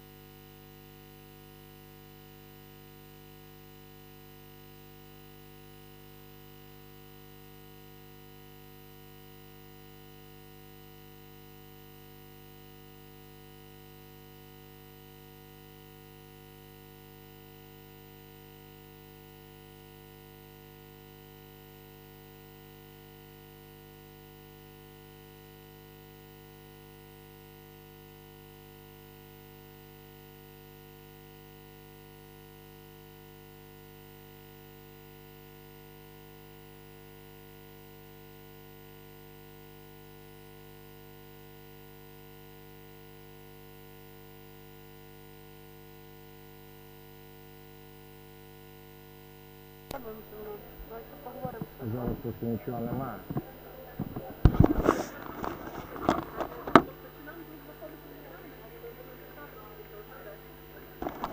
Зараз сюди нічого не заходить, тому ми не можемо протестувати. Ми можемо досить швидко відреагувати, якщо нема, то знову поставити нові навушники і так двома, як тільки що було. Ну, поки що. Та ми можемо перекидатись навушниками, тут не так лишилося, якщо там раптом щось, але щоб ми знали вчасно, щоб там.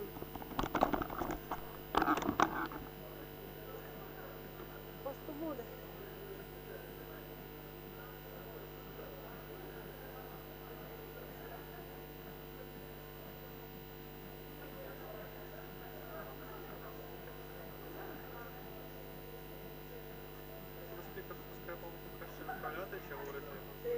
Залежно від того помилку, ти розумієш, ти не можеш знати, чи вона 300 тисяч мала на увазі, чи вона взагалі іншу цифру якусь мала. Краще так, як ти сказав, сказати багато. Ні, ти потім щось таке сказав. Пізніше сказав 300, ну може 300, але потім щось було в тебе слово багато.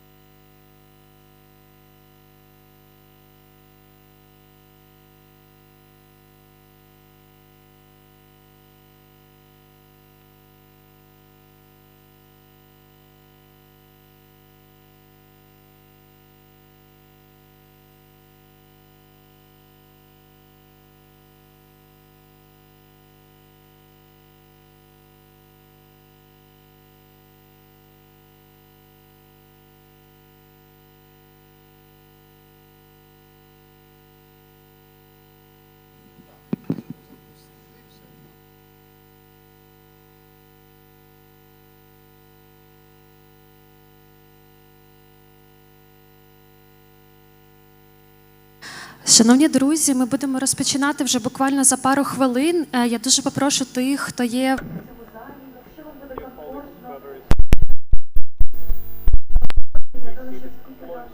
stage, so speakers find it more easy to have dialogue with you. I invite you to take the first rows, the front rows in this hall. It will help us to communicate in a more comfortable mode. We have 2 more minutes till the start and we will start our discussion.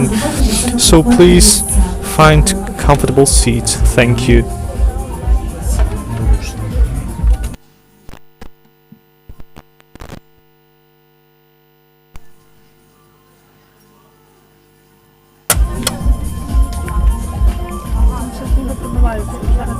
Мікрофон взагалі, microphone,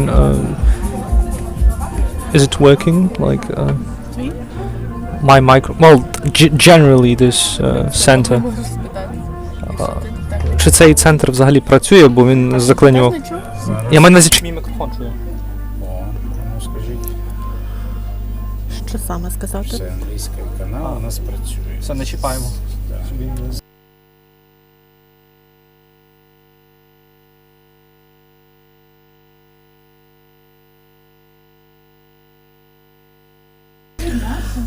Good afternoon, dear colleagues, dear friends. Welcome to, if I'm not mistaken, the last panel for today, the last but not least, and not the last activity within the Ukrainian Urban Forum. So I'm Tatiana Zhirobkin. I'm a research project manager at the Analytical Center CITES. And I will be the moderator for today's discussion, where we have Ivan Yurichuk, Deputy Head of the Digital Development, Digital Transformation, Digitalization Department of the State Service of Education Quality, Natalia Padyush, Headmaster of Secondary Education School number 23 in Sumy. That is, by the way, my school in Sumy. And Yulia Bielek, Project Manager in Education Recovery, Expert in Remedial Programs, NGO Teach for Ukraine.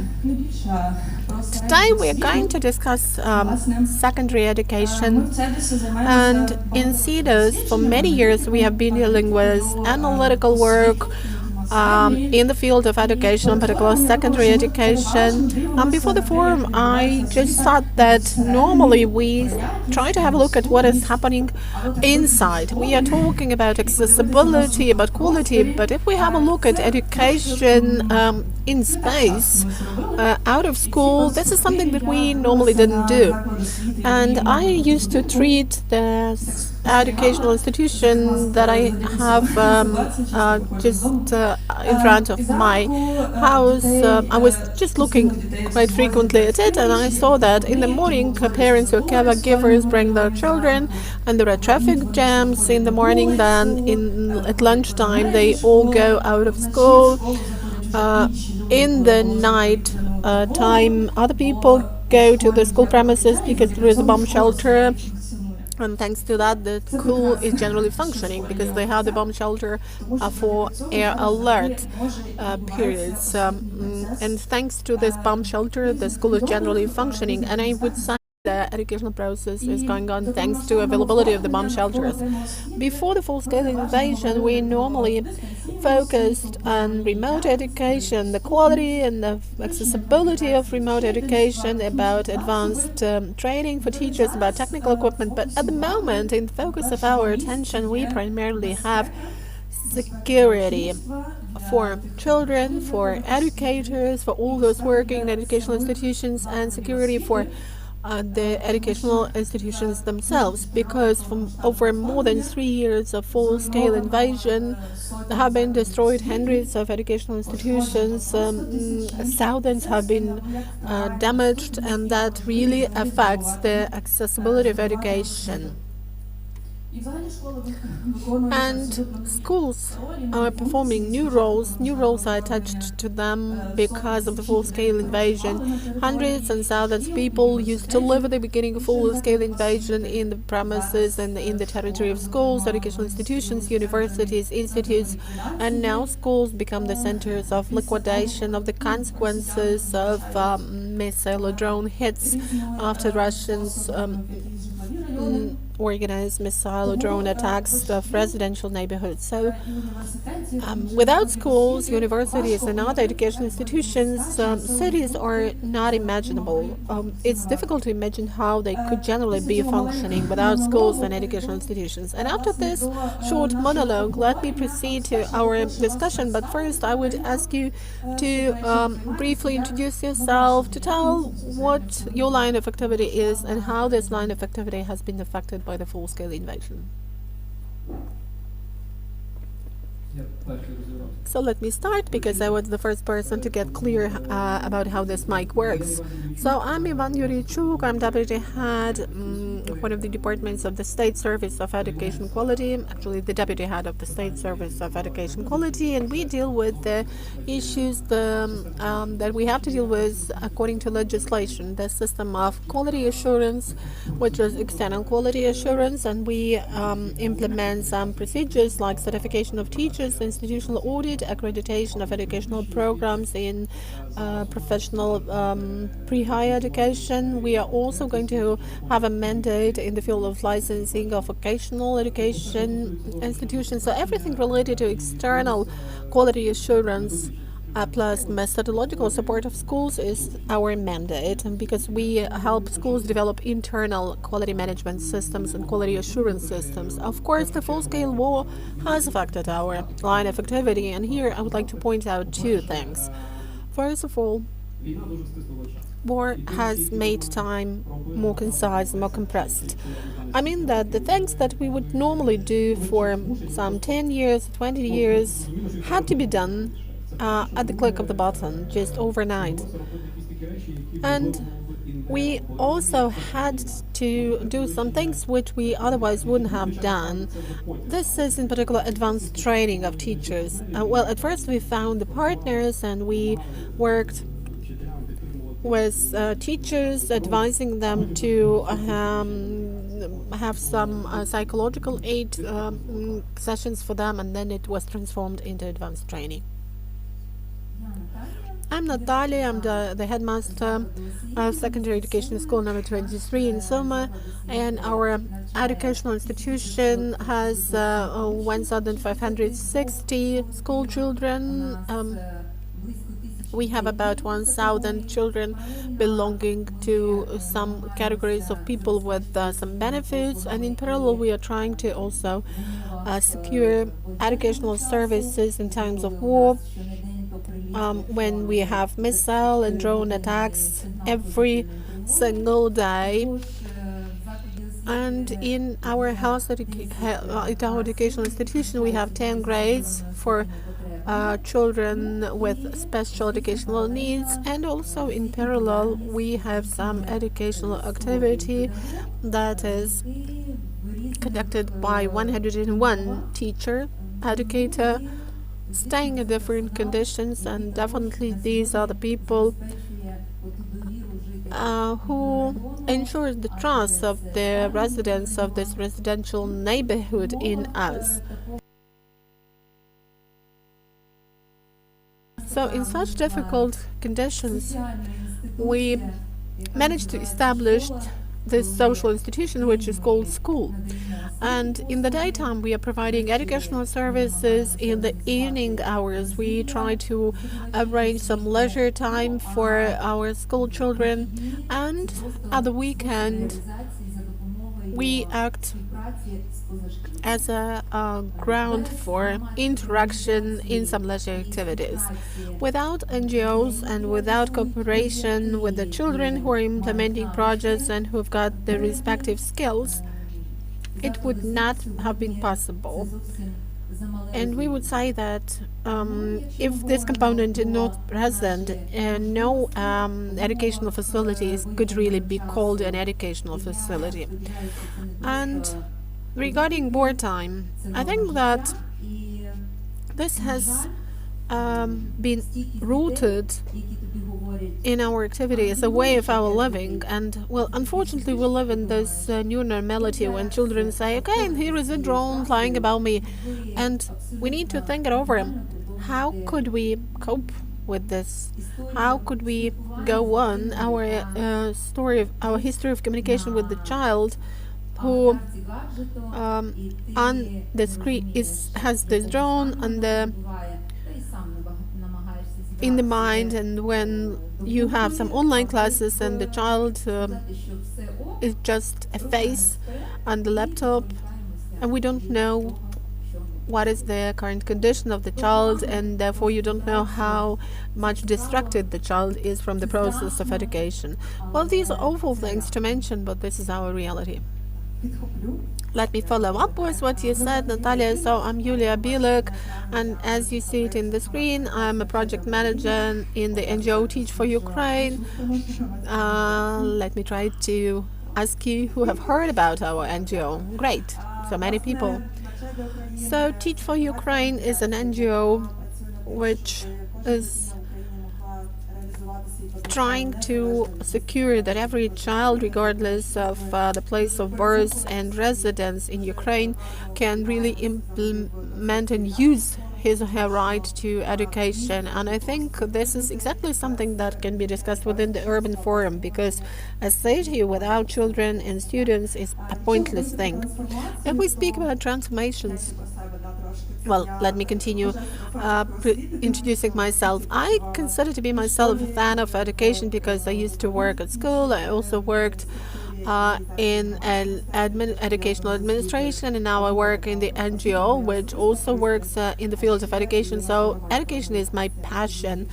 And if we speak about transformation, so definitely this transformation was related also to the transformation of our organization and its structure, because besides the program for teachers in small communities, we also started working with additional challenges in the areas where we could see that we could provide some helping hand to the system, to the school, to the teachers.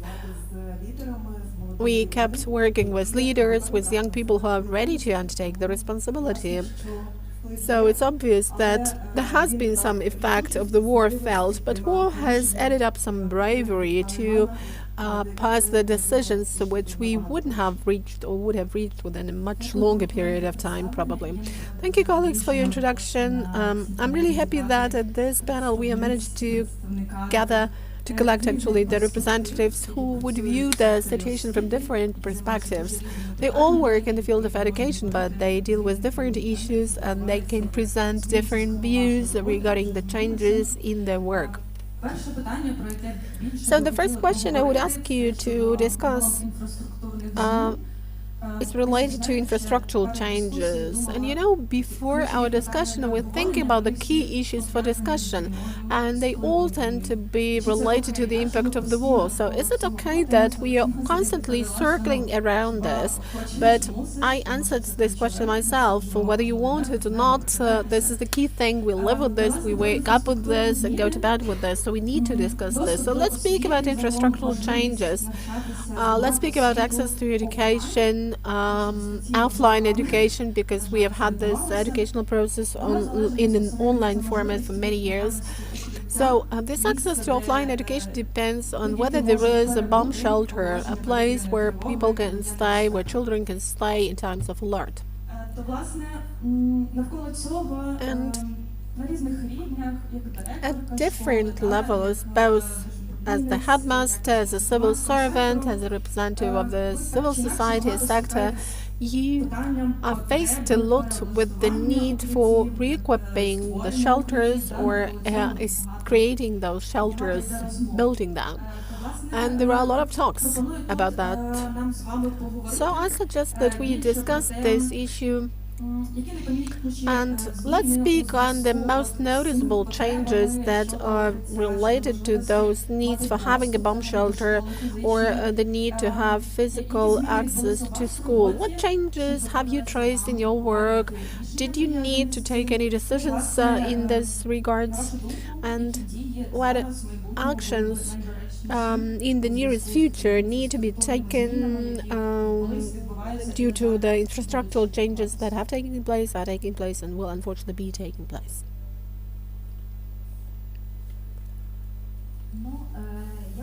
Well, I would say that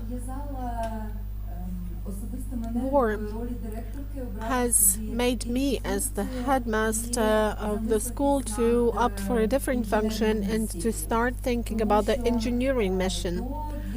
Before 2022, we used to just have some technical underground, and there was not a single hint that it was a shelter.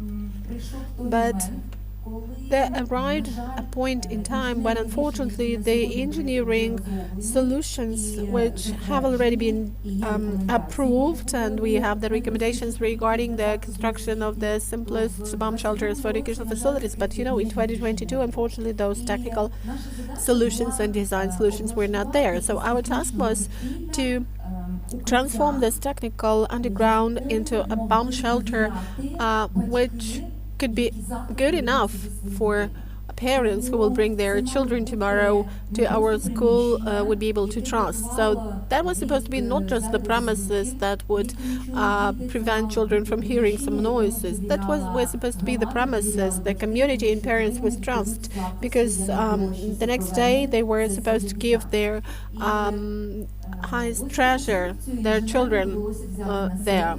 So, of course, I had been performing some management functions because a safe space was always something relevant for educators, but here I had to also dive deep into this technical engineering aspect.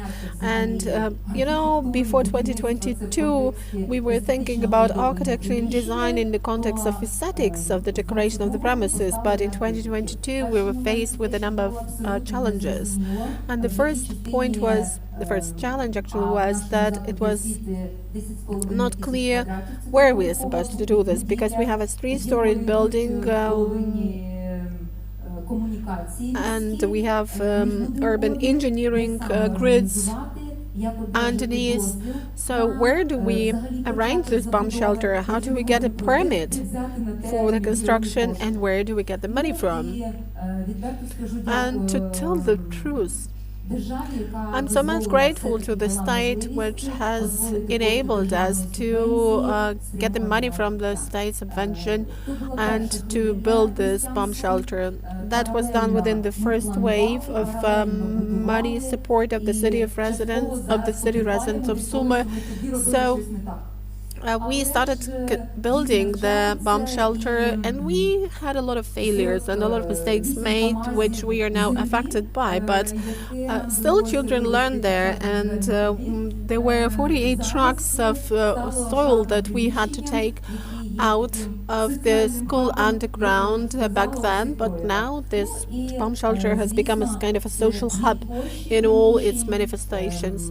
And now we have actually 2 buildings, and we have the hybrid blended format of studies for in these buildings are used for that.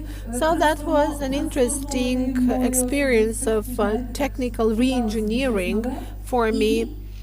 And the main thing is that I really felt that the community trusts us, because parents and children tend to keep coming actually to school, to feel that they are respected, and our school is a kind of a place of power.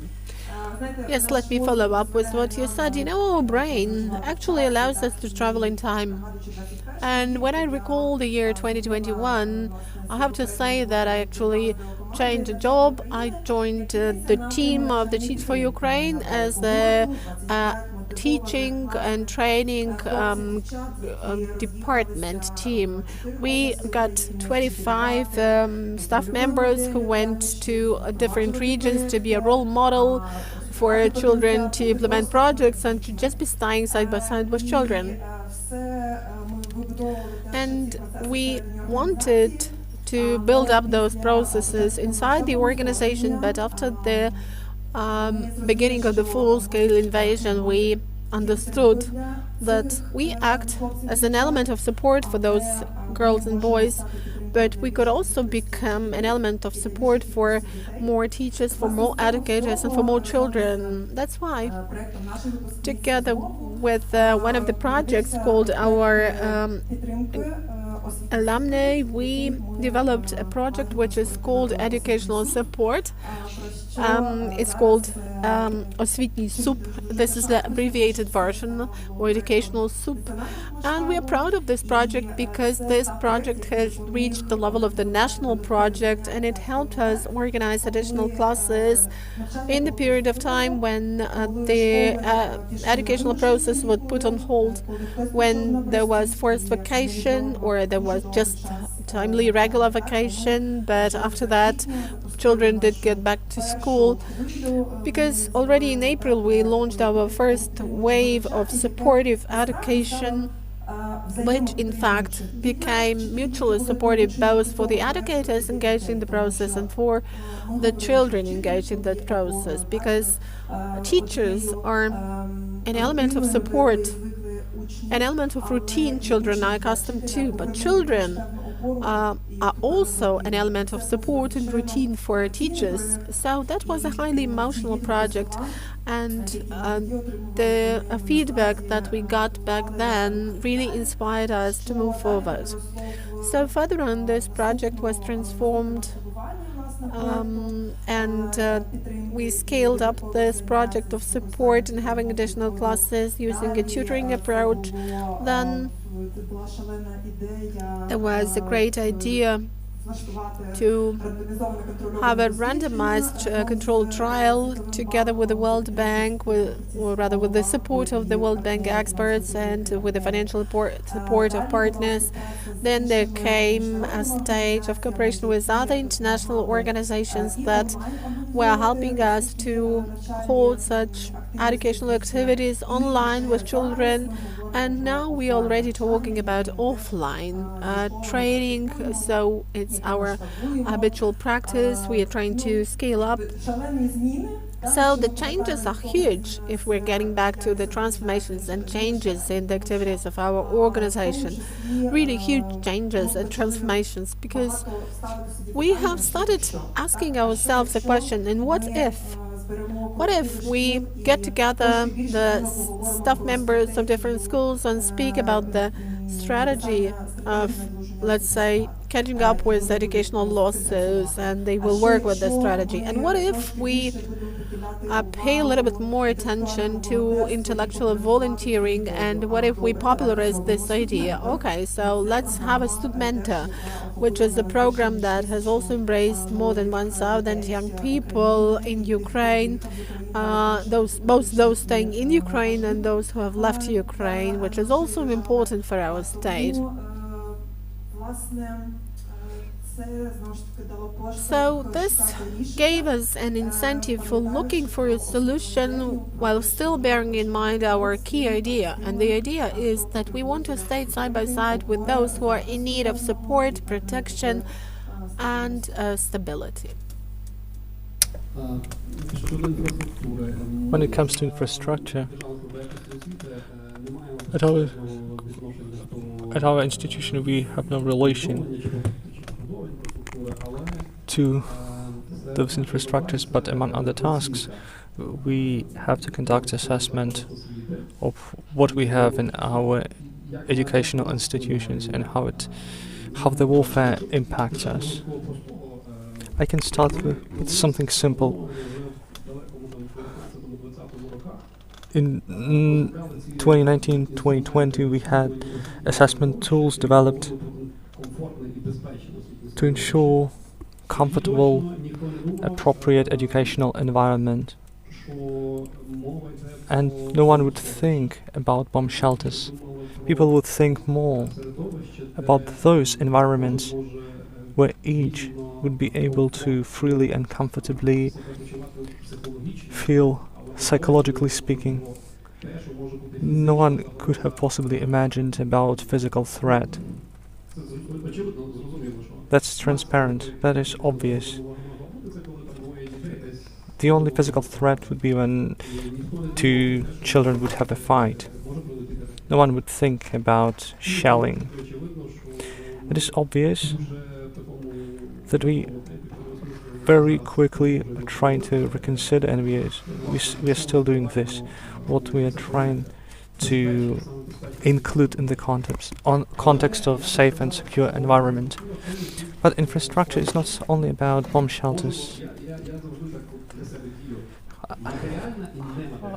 I split into tangible and intangible infrastructure, and as the war has shown, we have a lot of problems, though not obvious, with a different kind of infrastructure. Let's say a pedagogue, a teacher, I mean different kinds of workers from kindergartens to colleges and higher educational institutions. So a teacher that goes to a classroom every single day, no matter what we write, no matter what we think, like the cabinet of ministers, the Verkhovna Rada, they cannot imagine what we do at our classrooms. And if we want a successful reform, we need tangible and intangible reform when it comes to infrastructure. The war has shown that we have problems with infrastructure. Even before the war, when COVID started,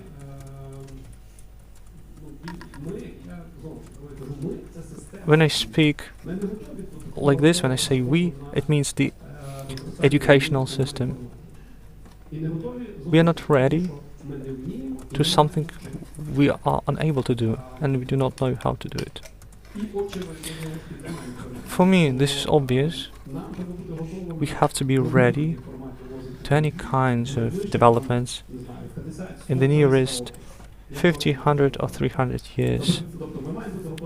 So we have to be ready for everything, and we need appropriate infrastructure to that end. I shall say that we are working on bomb shelters. Money is allocated, like 6.2 billion allocated for 2025.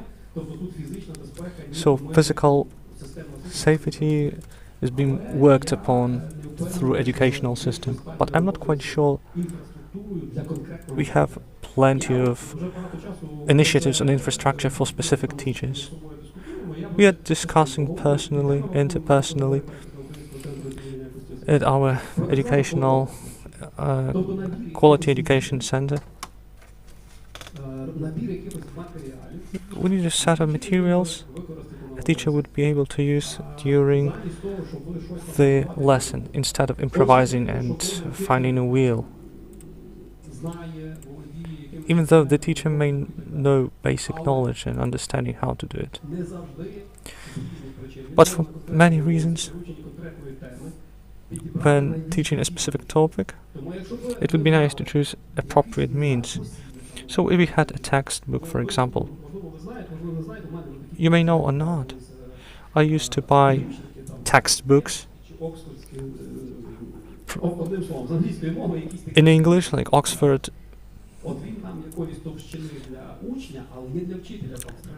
There are textbooks for students, but there are also larger textbooks for teachers. And we have a list of options, which kinds of different methods and tools can be used to convey a specific topic in the best way possible. We can speak of educational freedom, pedagogical freedom, but I always say freedom is not about fantasizing. It is about using the best tools, the best accessible tools, to choose the most expedient ones depending on the given context in this specific moment. Like, we can take football, for example. Imagine we join Real Madrid. Well, we attend the game of Barcelona and Real Madrid. We see the stadium.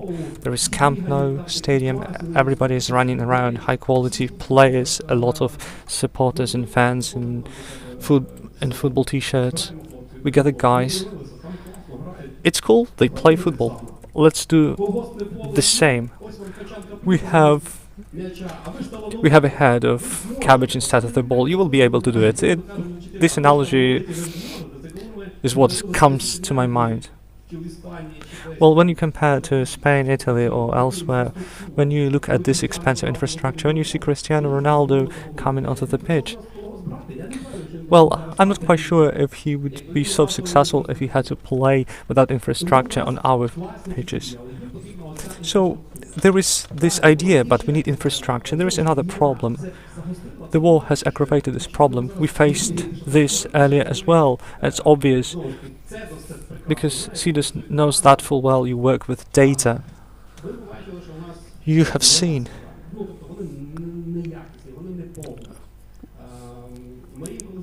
that sometimes we gather things we do not actually need.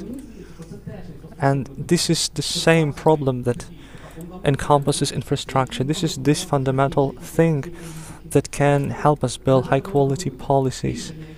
The solutions adopted by the director should be adopted not based, well, should be based on values, but it doesn't mean that we do this without data.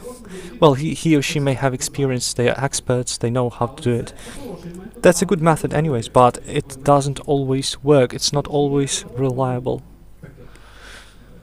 Because trusting your expertise is not always a reliable way to do it. There is the lack of data, a critical lack of data. We need this infrastructural point. We need to collect useful data in the right way. We do not need to collect something we don't need. We have to do it correctly too.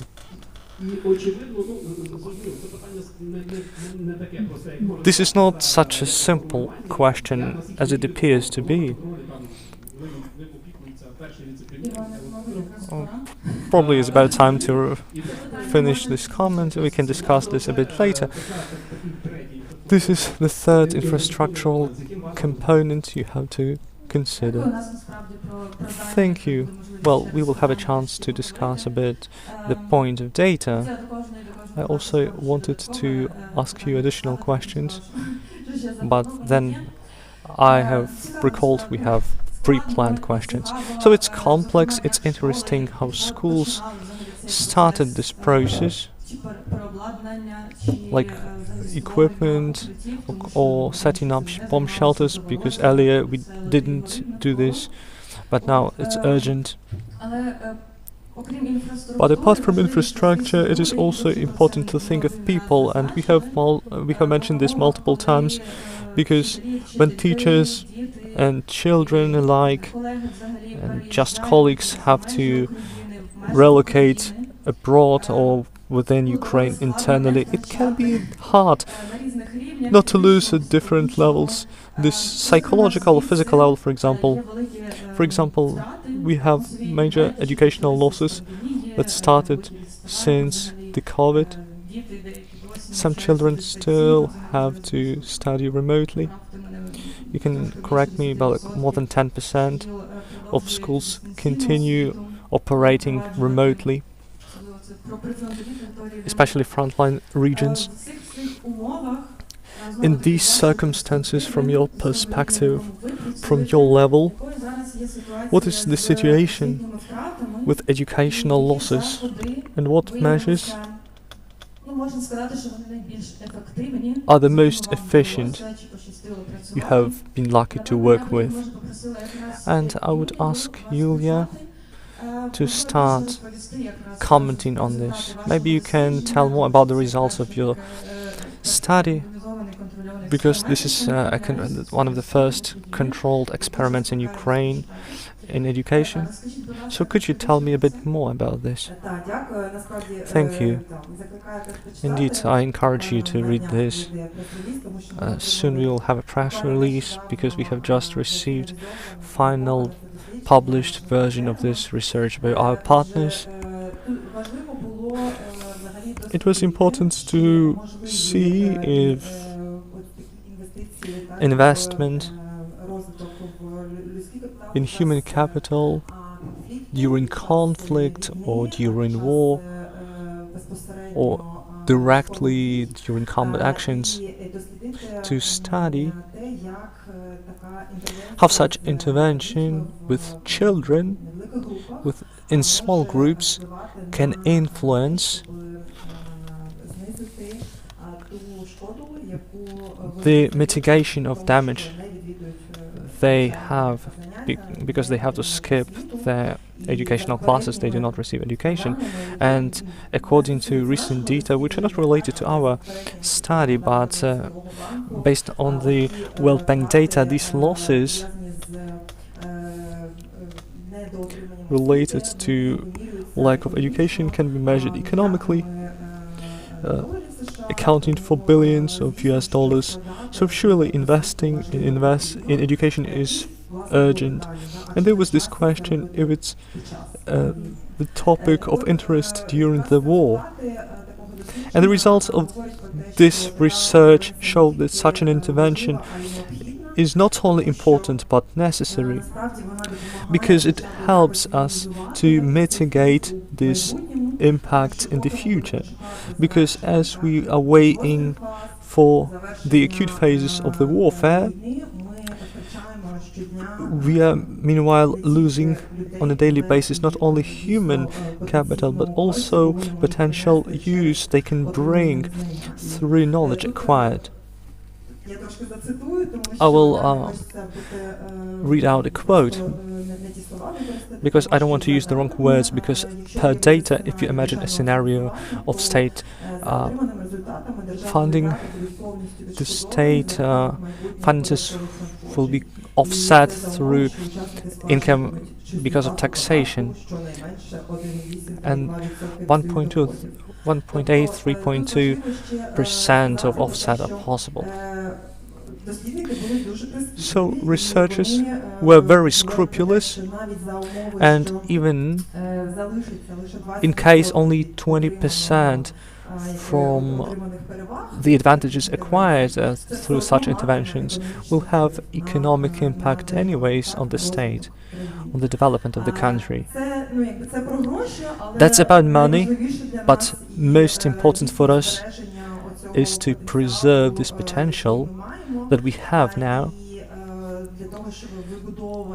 to build our country, to rebuild and to build education and cities, because we understand we need specialists and leaders, and we also need those people who have value and understand the value of education. That's why we are trying to work with the topic of educational losses while trying to measure different ways of efficiency of what we do. These topic-related tests at the stage of entry and output. And Tatiana also mentioned about this. We don't have a couple of input points, and at certain moments for us as a state we lose, because we will have to compare with what we have during full-scale invasion.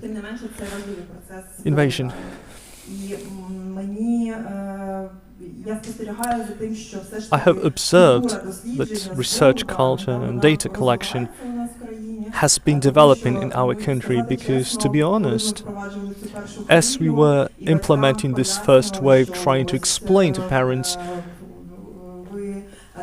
that you're missing on our sessions, but we're trying to take part in this survey to study the effect. People didn't want to take this seriously. There is no point to take this subject test and wasting half an hour. This is stress. It required additional communication. But after wave 3, at the stage of implementation, we felt this shift in perception. And now it's a bit easier, and the data are important. Comparison is important, and systematic approach is also important in my opinion, because we can speak of short-term impact, but over time we have to come back to this. Well, I have spoken too much apparently. I will compliment on the go.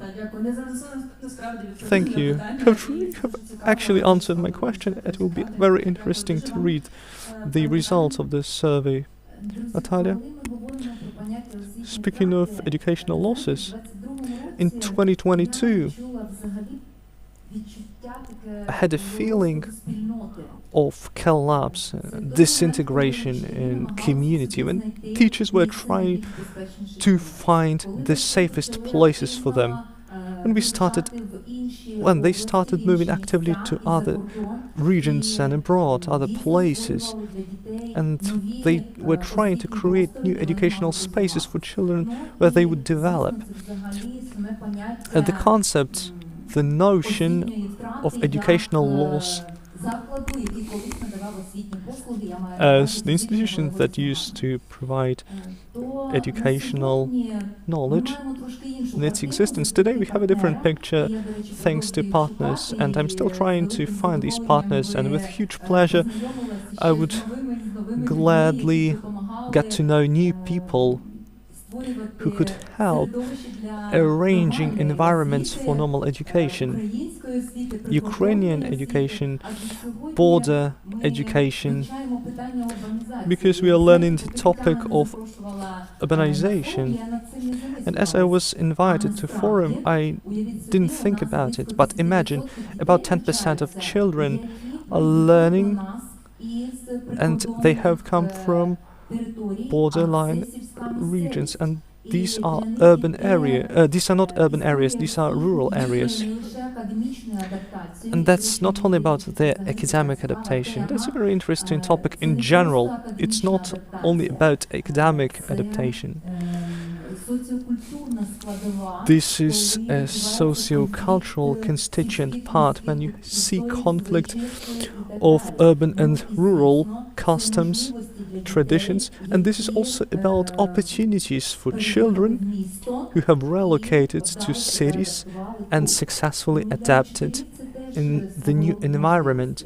And these are a kind of opportunities for teachers as well to learn new experience, because children that came from rural areas, they had acquired their own skills, and more often, sometimes more often than not, they may even be better in terms of their skills comparing to children from urban areas. They have more motives, they have more incentives and technical capacities, which is surprising. So we may need to have this psychological regeneration of all the participants of the process with whom we are working. Parents need a kind of participation and support because they are not aware of what to do, how to act in this given situation. Kiddos have lost the opportunities to communicate, and going back to the mixed format, we have this need to plan and propose children to master basic social skills, the most basic applied skills for real life. It can become a problem because those social gaps present in our lives in most schools are very similar, because the on-site process involved the initial stage, children, and those children and adolescents. I sometimes have my internal considerations and analyses, and without additional statistics, I often talk about the fact that adolescents are the first to bring their parents from abroad because they needed active communication, and these children have become active participants of the projects they are offered. They want to embrace all at the same time, especially high school students. There are moments of adaptability when our Ukrainian students go abroad, they acquire new experience, and sometimes it is not necessarily positive for them. And there is another constituent part, the psychological one, and human-oriented constituent part when we speak of equal access. And this is the question for Ivan now. We needed this discussion of some sort, because sometimes parents whose children study at the borderline regions through remote study are sometimes limited compared to children who visit schools in person. And this is the problem of this educational process. But each pedagogue at our educational facilities understand that tomorrow these children, for security and safety reasons, are forced to move to the western part of Ukraine, where the state norms are being implemented by pedagogues systematically to the full extent. So how will the child feel, and how do we have to regulate the process to ensure equal access? Parents complain about the scope of tasks, that at night we had a different state, a lot of objects in the air, but the teacher says we have a curriculum, we have agenda, and it is the same for everyone. So this is done to catch up with all the things we have lost in the educational process, and this plan is urgent for modern Ukrainian schools and all the Ukrainian schools, in particular at the frontline regions. Thanks for the cooperation. That's a very good experience. Now I will briefly comment very quickly. Educational losses. We have always had them, and they are imminent in the future. This is the problem in Ukraine education. We started talking about this during the COVID period, then since full-scale invasion.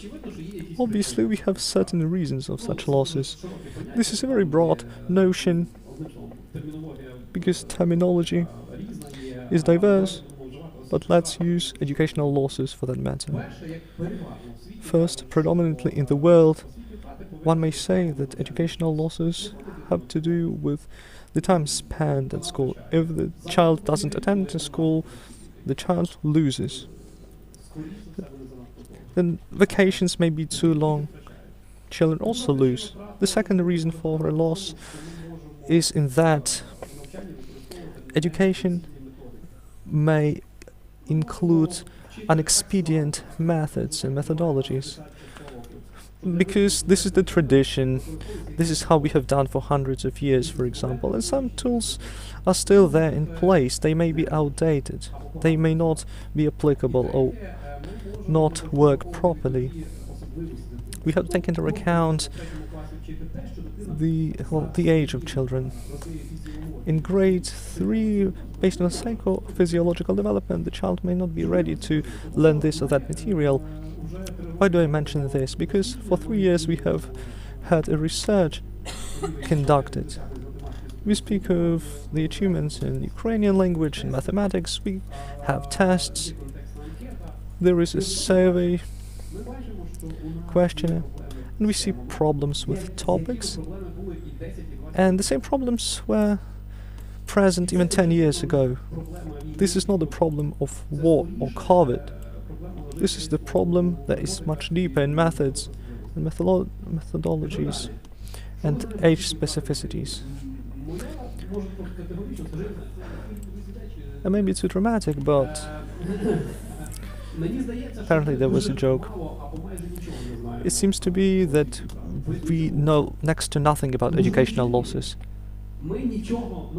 because we know pretty much nothing about educational achievements of our children.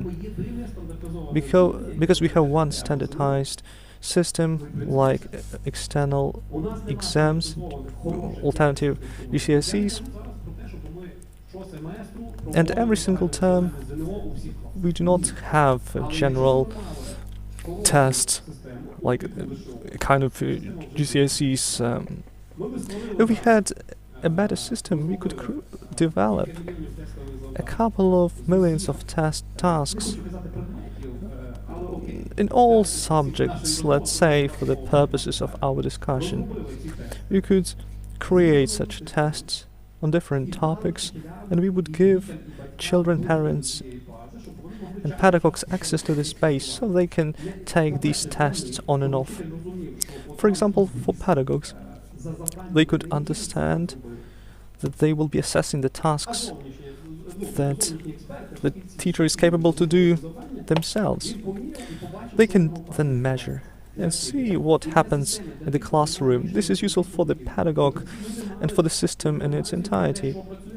People need to know what works and what doesn't, and we need to look for reasons why something doesn't work, and only then can we talk. Let's say we have some losses, or we may not have losses in fact. When we speak of losses, we have the PISA, which will be conducted every 3 years or 4 years, this score test. And our center is measuring something.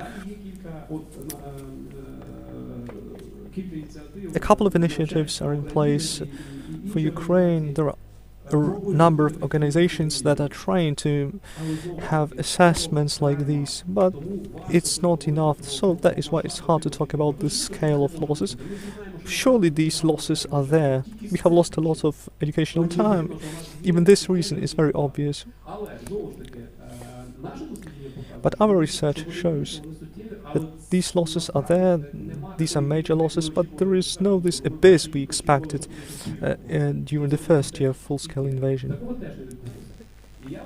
And I believe this is because that not everything depends on, well, the system is quite decentralized. And on site at each school, some solutions were found, better, worse, but in general we can assert we have been able to maintain the level and quality of knowledge at a fairly decent level, which allows us to take part in this research in PISA. And we can show, even though I'm sure that if the war of a similar scope happened in Germany, let's say, we wouldn't take part in any kinds of research. That's obvious. What else would I like to mention? Go ahead. Feel free and ask questions. Just a second. The point is that we will have this quick question, but we will have a Q&A session, so don't forget, just don't jot down your question, you will have a chance to ask it.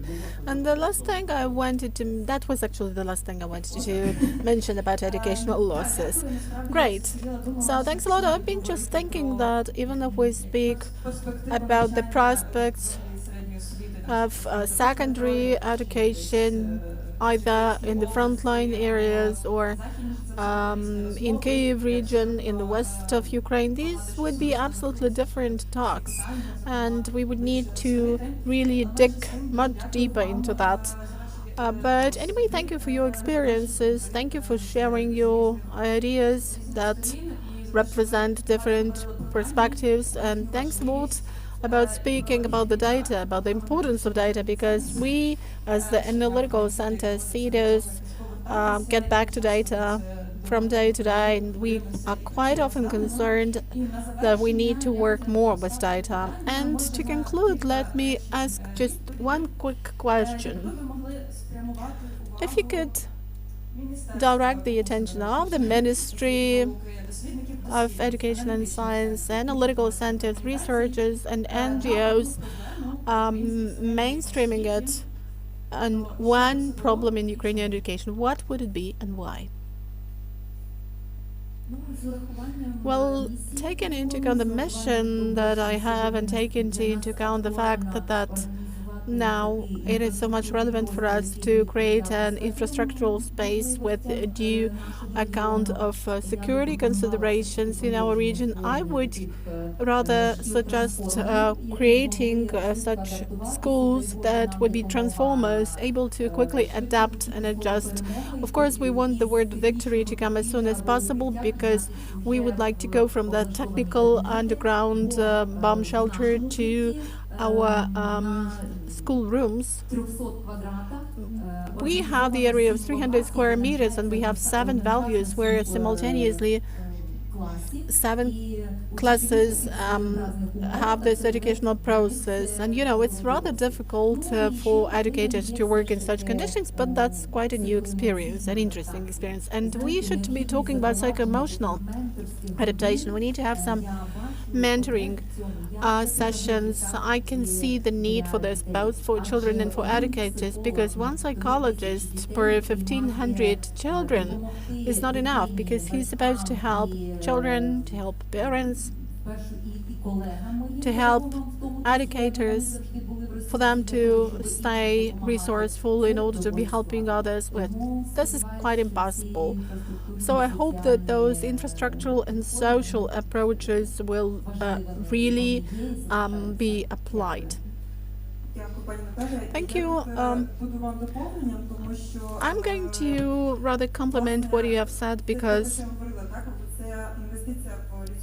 investment into human resources and working with our children will definitely pay back. And this work is not just about educational and academic losses. You see, I'm getting back to the topic of educational losses, because we can make only a general forecast regarding the impact war has on us, in particular on children. But psycho-emotional support that gets manifested through our approach, our tutoring approach, is something that really matters. We can see that when the child is hurt, when a child has a chance to speak to an adult, a child who can rely on an adult and get support, is the child.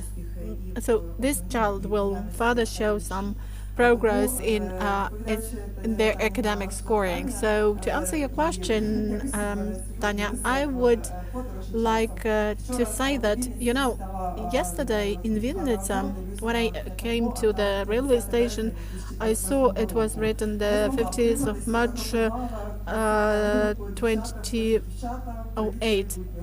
2028. I just took a picture of that and said that, okay guys, I gave a call to my colleagues and said that here is a call from the future. But they asked me, come on, Yulia, have educational losses been overcome? So we really have to invest into this. This is an important topic. A lot depends on psychologists, a lot depends on educators. We need to take care of psychosocial support of people coming to a class to communicate with children. A lot depends on educators here. If we speak about just one thing, I mean, if we need to choose a priority, I would probably say a trivial thing, but I would invest into teachers and educators. That is something that needs to be done. Otherwise, well, we need to do our best for good school leavers to be willing to become teachers. Well, of course, nothing will come like that if we don't have good salaries. But in the draft budget, we already have a considerable increase in the pay rise, which is very good, because nothing will happen otherwise. And you cannot be waiting that for the time when the teachers who now work at schools will work better. They will not work better. But those who are thinking about what profession and occupation to choose could well take it as a good argument, a good reason to become a teacher. And we really need to do our best for the best school leavers not to go to cafes to work there. Let them stay motivated to become teachers. And with this in view, you need to provide some career growth opportunities to them horizontally. Because quite often we make a mistake. We find a good teacher and we make him a headmaster. And as a result, we don't have either a good teacher or a good headmaster, because these are two different categories of people and positions. We need to do our best for the teachers who stay in the profession and who have become good teachers to be inspired and motivated to share their experience, because in fact we are very close. We are a closed system, and this is something we inherited from the totalitarian system. We are afraid of mistakes, making mistakes, which is also the legacy of the Soviet Union. But we need to change the system, and we need to make teachers willing to share their experience. that is something that I would focus on. I would work with educators. If I may, even for teachers, the religion of teachers, if it becomes a real vocation, then it will happen. Okay, you've mentioned the word religion. Just 35 seconds, please, Ivan.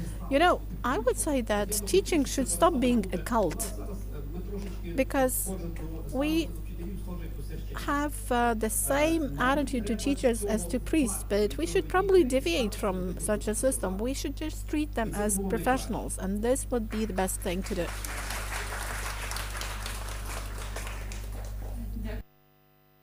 Thank you. Thank you for coming. Thank you for accepting the invitation and participating in this panel discussion within the framework of Ukrainian Urban Forum. Thank you for the job you do, for the work you do. Thank you for sharing the results. Thank you for speaking about the challenges and the things that needs to be done. Thank you for paying attention to a lot of educational issues we need to work on. Thanks a lot once again. I suggest that we pay a round of applause to our colleagues. So within an hour, we have covered quite a lot of issues in the system of secondary education, and we would still have a lot of things to discuss, but our time is over. So there have been some questions in the room. So Karina and Ulana, please let me know how much time do we have? Not a single minute? Maybe just one question. Okay, let's take just one question. I saw one hand there at the back.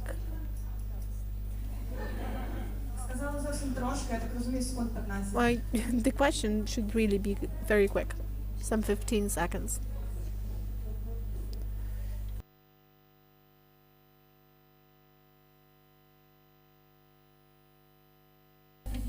So hello to everyone. I'll try to be concise to the extent to which it is possible. So the first thing I would like to quote is our today's statement, "Nothing for us without us." And I've heard two statements and two opinions. One is that of the representatives of private education sector and the ones that represent the public system of education. These are two different universes. And I can tell from my own experience, because I'm an educator, that I've been listening to you, but I think that you need to start discussing the problems we are really faced with in our reality, because those ideas were mentioned not at the beginning but at the end of your speeches and of your discussion. Please pay attention to the fact that we have real problems with infrastructure, material equipment, what is the condition of our lavatories for children, the premises, the rooms, the classes, because that all affects their psychological well-being and the fact whether they want to go to school or not.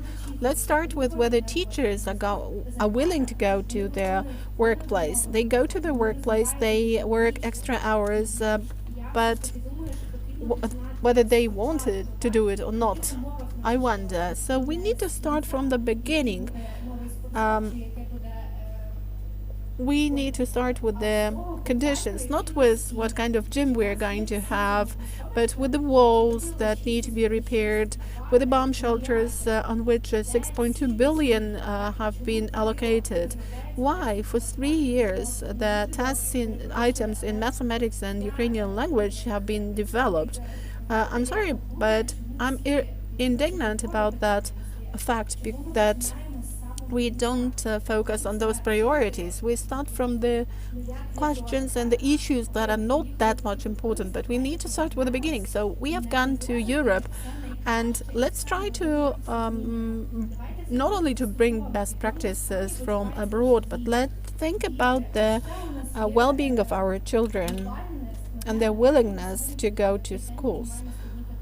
All day long we have been raising some complicated issues, and we have another issue which is related to the conflict between Russian-speaking children who are IDPs, who are learning English, and actually Ukrainian language, Ukrainian-speaking children want just to beat all those children who speak Russian, which is also a problem. And I'm really indignant about the fact that real conflicts have not been in the focus of our discussion, besides but one thing, that you need to invest into educators, because our children are our future generation and we need to make them stay here, make them willing to stay here. Well, thank you. As mentioned, there are a number of issues that can still be raised and discussed. Thanks a lot. After this discussion, if you have any questions, please try to approach the speakers and ask your questions.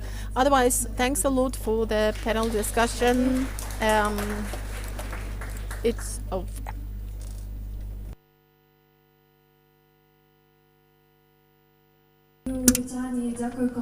Thanks to Tatiana and participants for discussing this important topic. Now, I would like to announce the start of the session called Wrapping Up. The end of the forum, we are here. It means we will have half an hour of shared time to jointly conclude the forum, to share this moment together, exchange what you have taken throughout the forum, and this is also a chance to stay together in this space. This will happen as follows. I will kindly ask you to answer a couple of questions, but before that I would like to remind you what has been happening throughout these 2 days. Our forum has lasted 2 days, and during the forum we had 7 discussions. We were talking about what the development of Ukrainian cities has to be like, what planning should be during wartime, what joint equitable city means for us. We spoke about the development of institutions, preserving heritage. Jointly we were trying to learn more about the topic of climate neutrality and discussed the question of appropriate, adequate building of housing. And surely we would like to talk more about people and infrastructure. In education, this is what has happened in our hall. We also had 2 sessions of brief presentations where you had a chance to get to know what the projects which, as part of urban development, suggest certain ideas or solutions. At the same time, you had 2 parallel sessions in other places where there were dialogues on different topics as well as workshops. Likewise, we had a chance to deeper study the city of Lutsk. We had excursions, and all this time, hopefully, you have had a chance to network and spend time together. I have tried to mention main activities you have had the chance to witness during these 2 days to get ready to our further task. I have prepared a couple of questions for you which will help to jointly have a look at what the forum was like for you. I would like also to highlight that these questions we will ask you have a couple of goals, amidst which is to have some shared time to sync up to a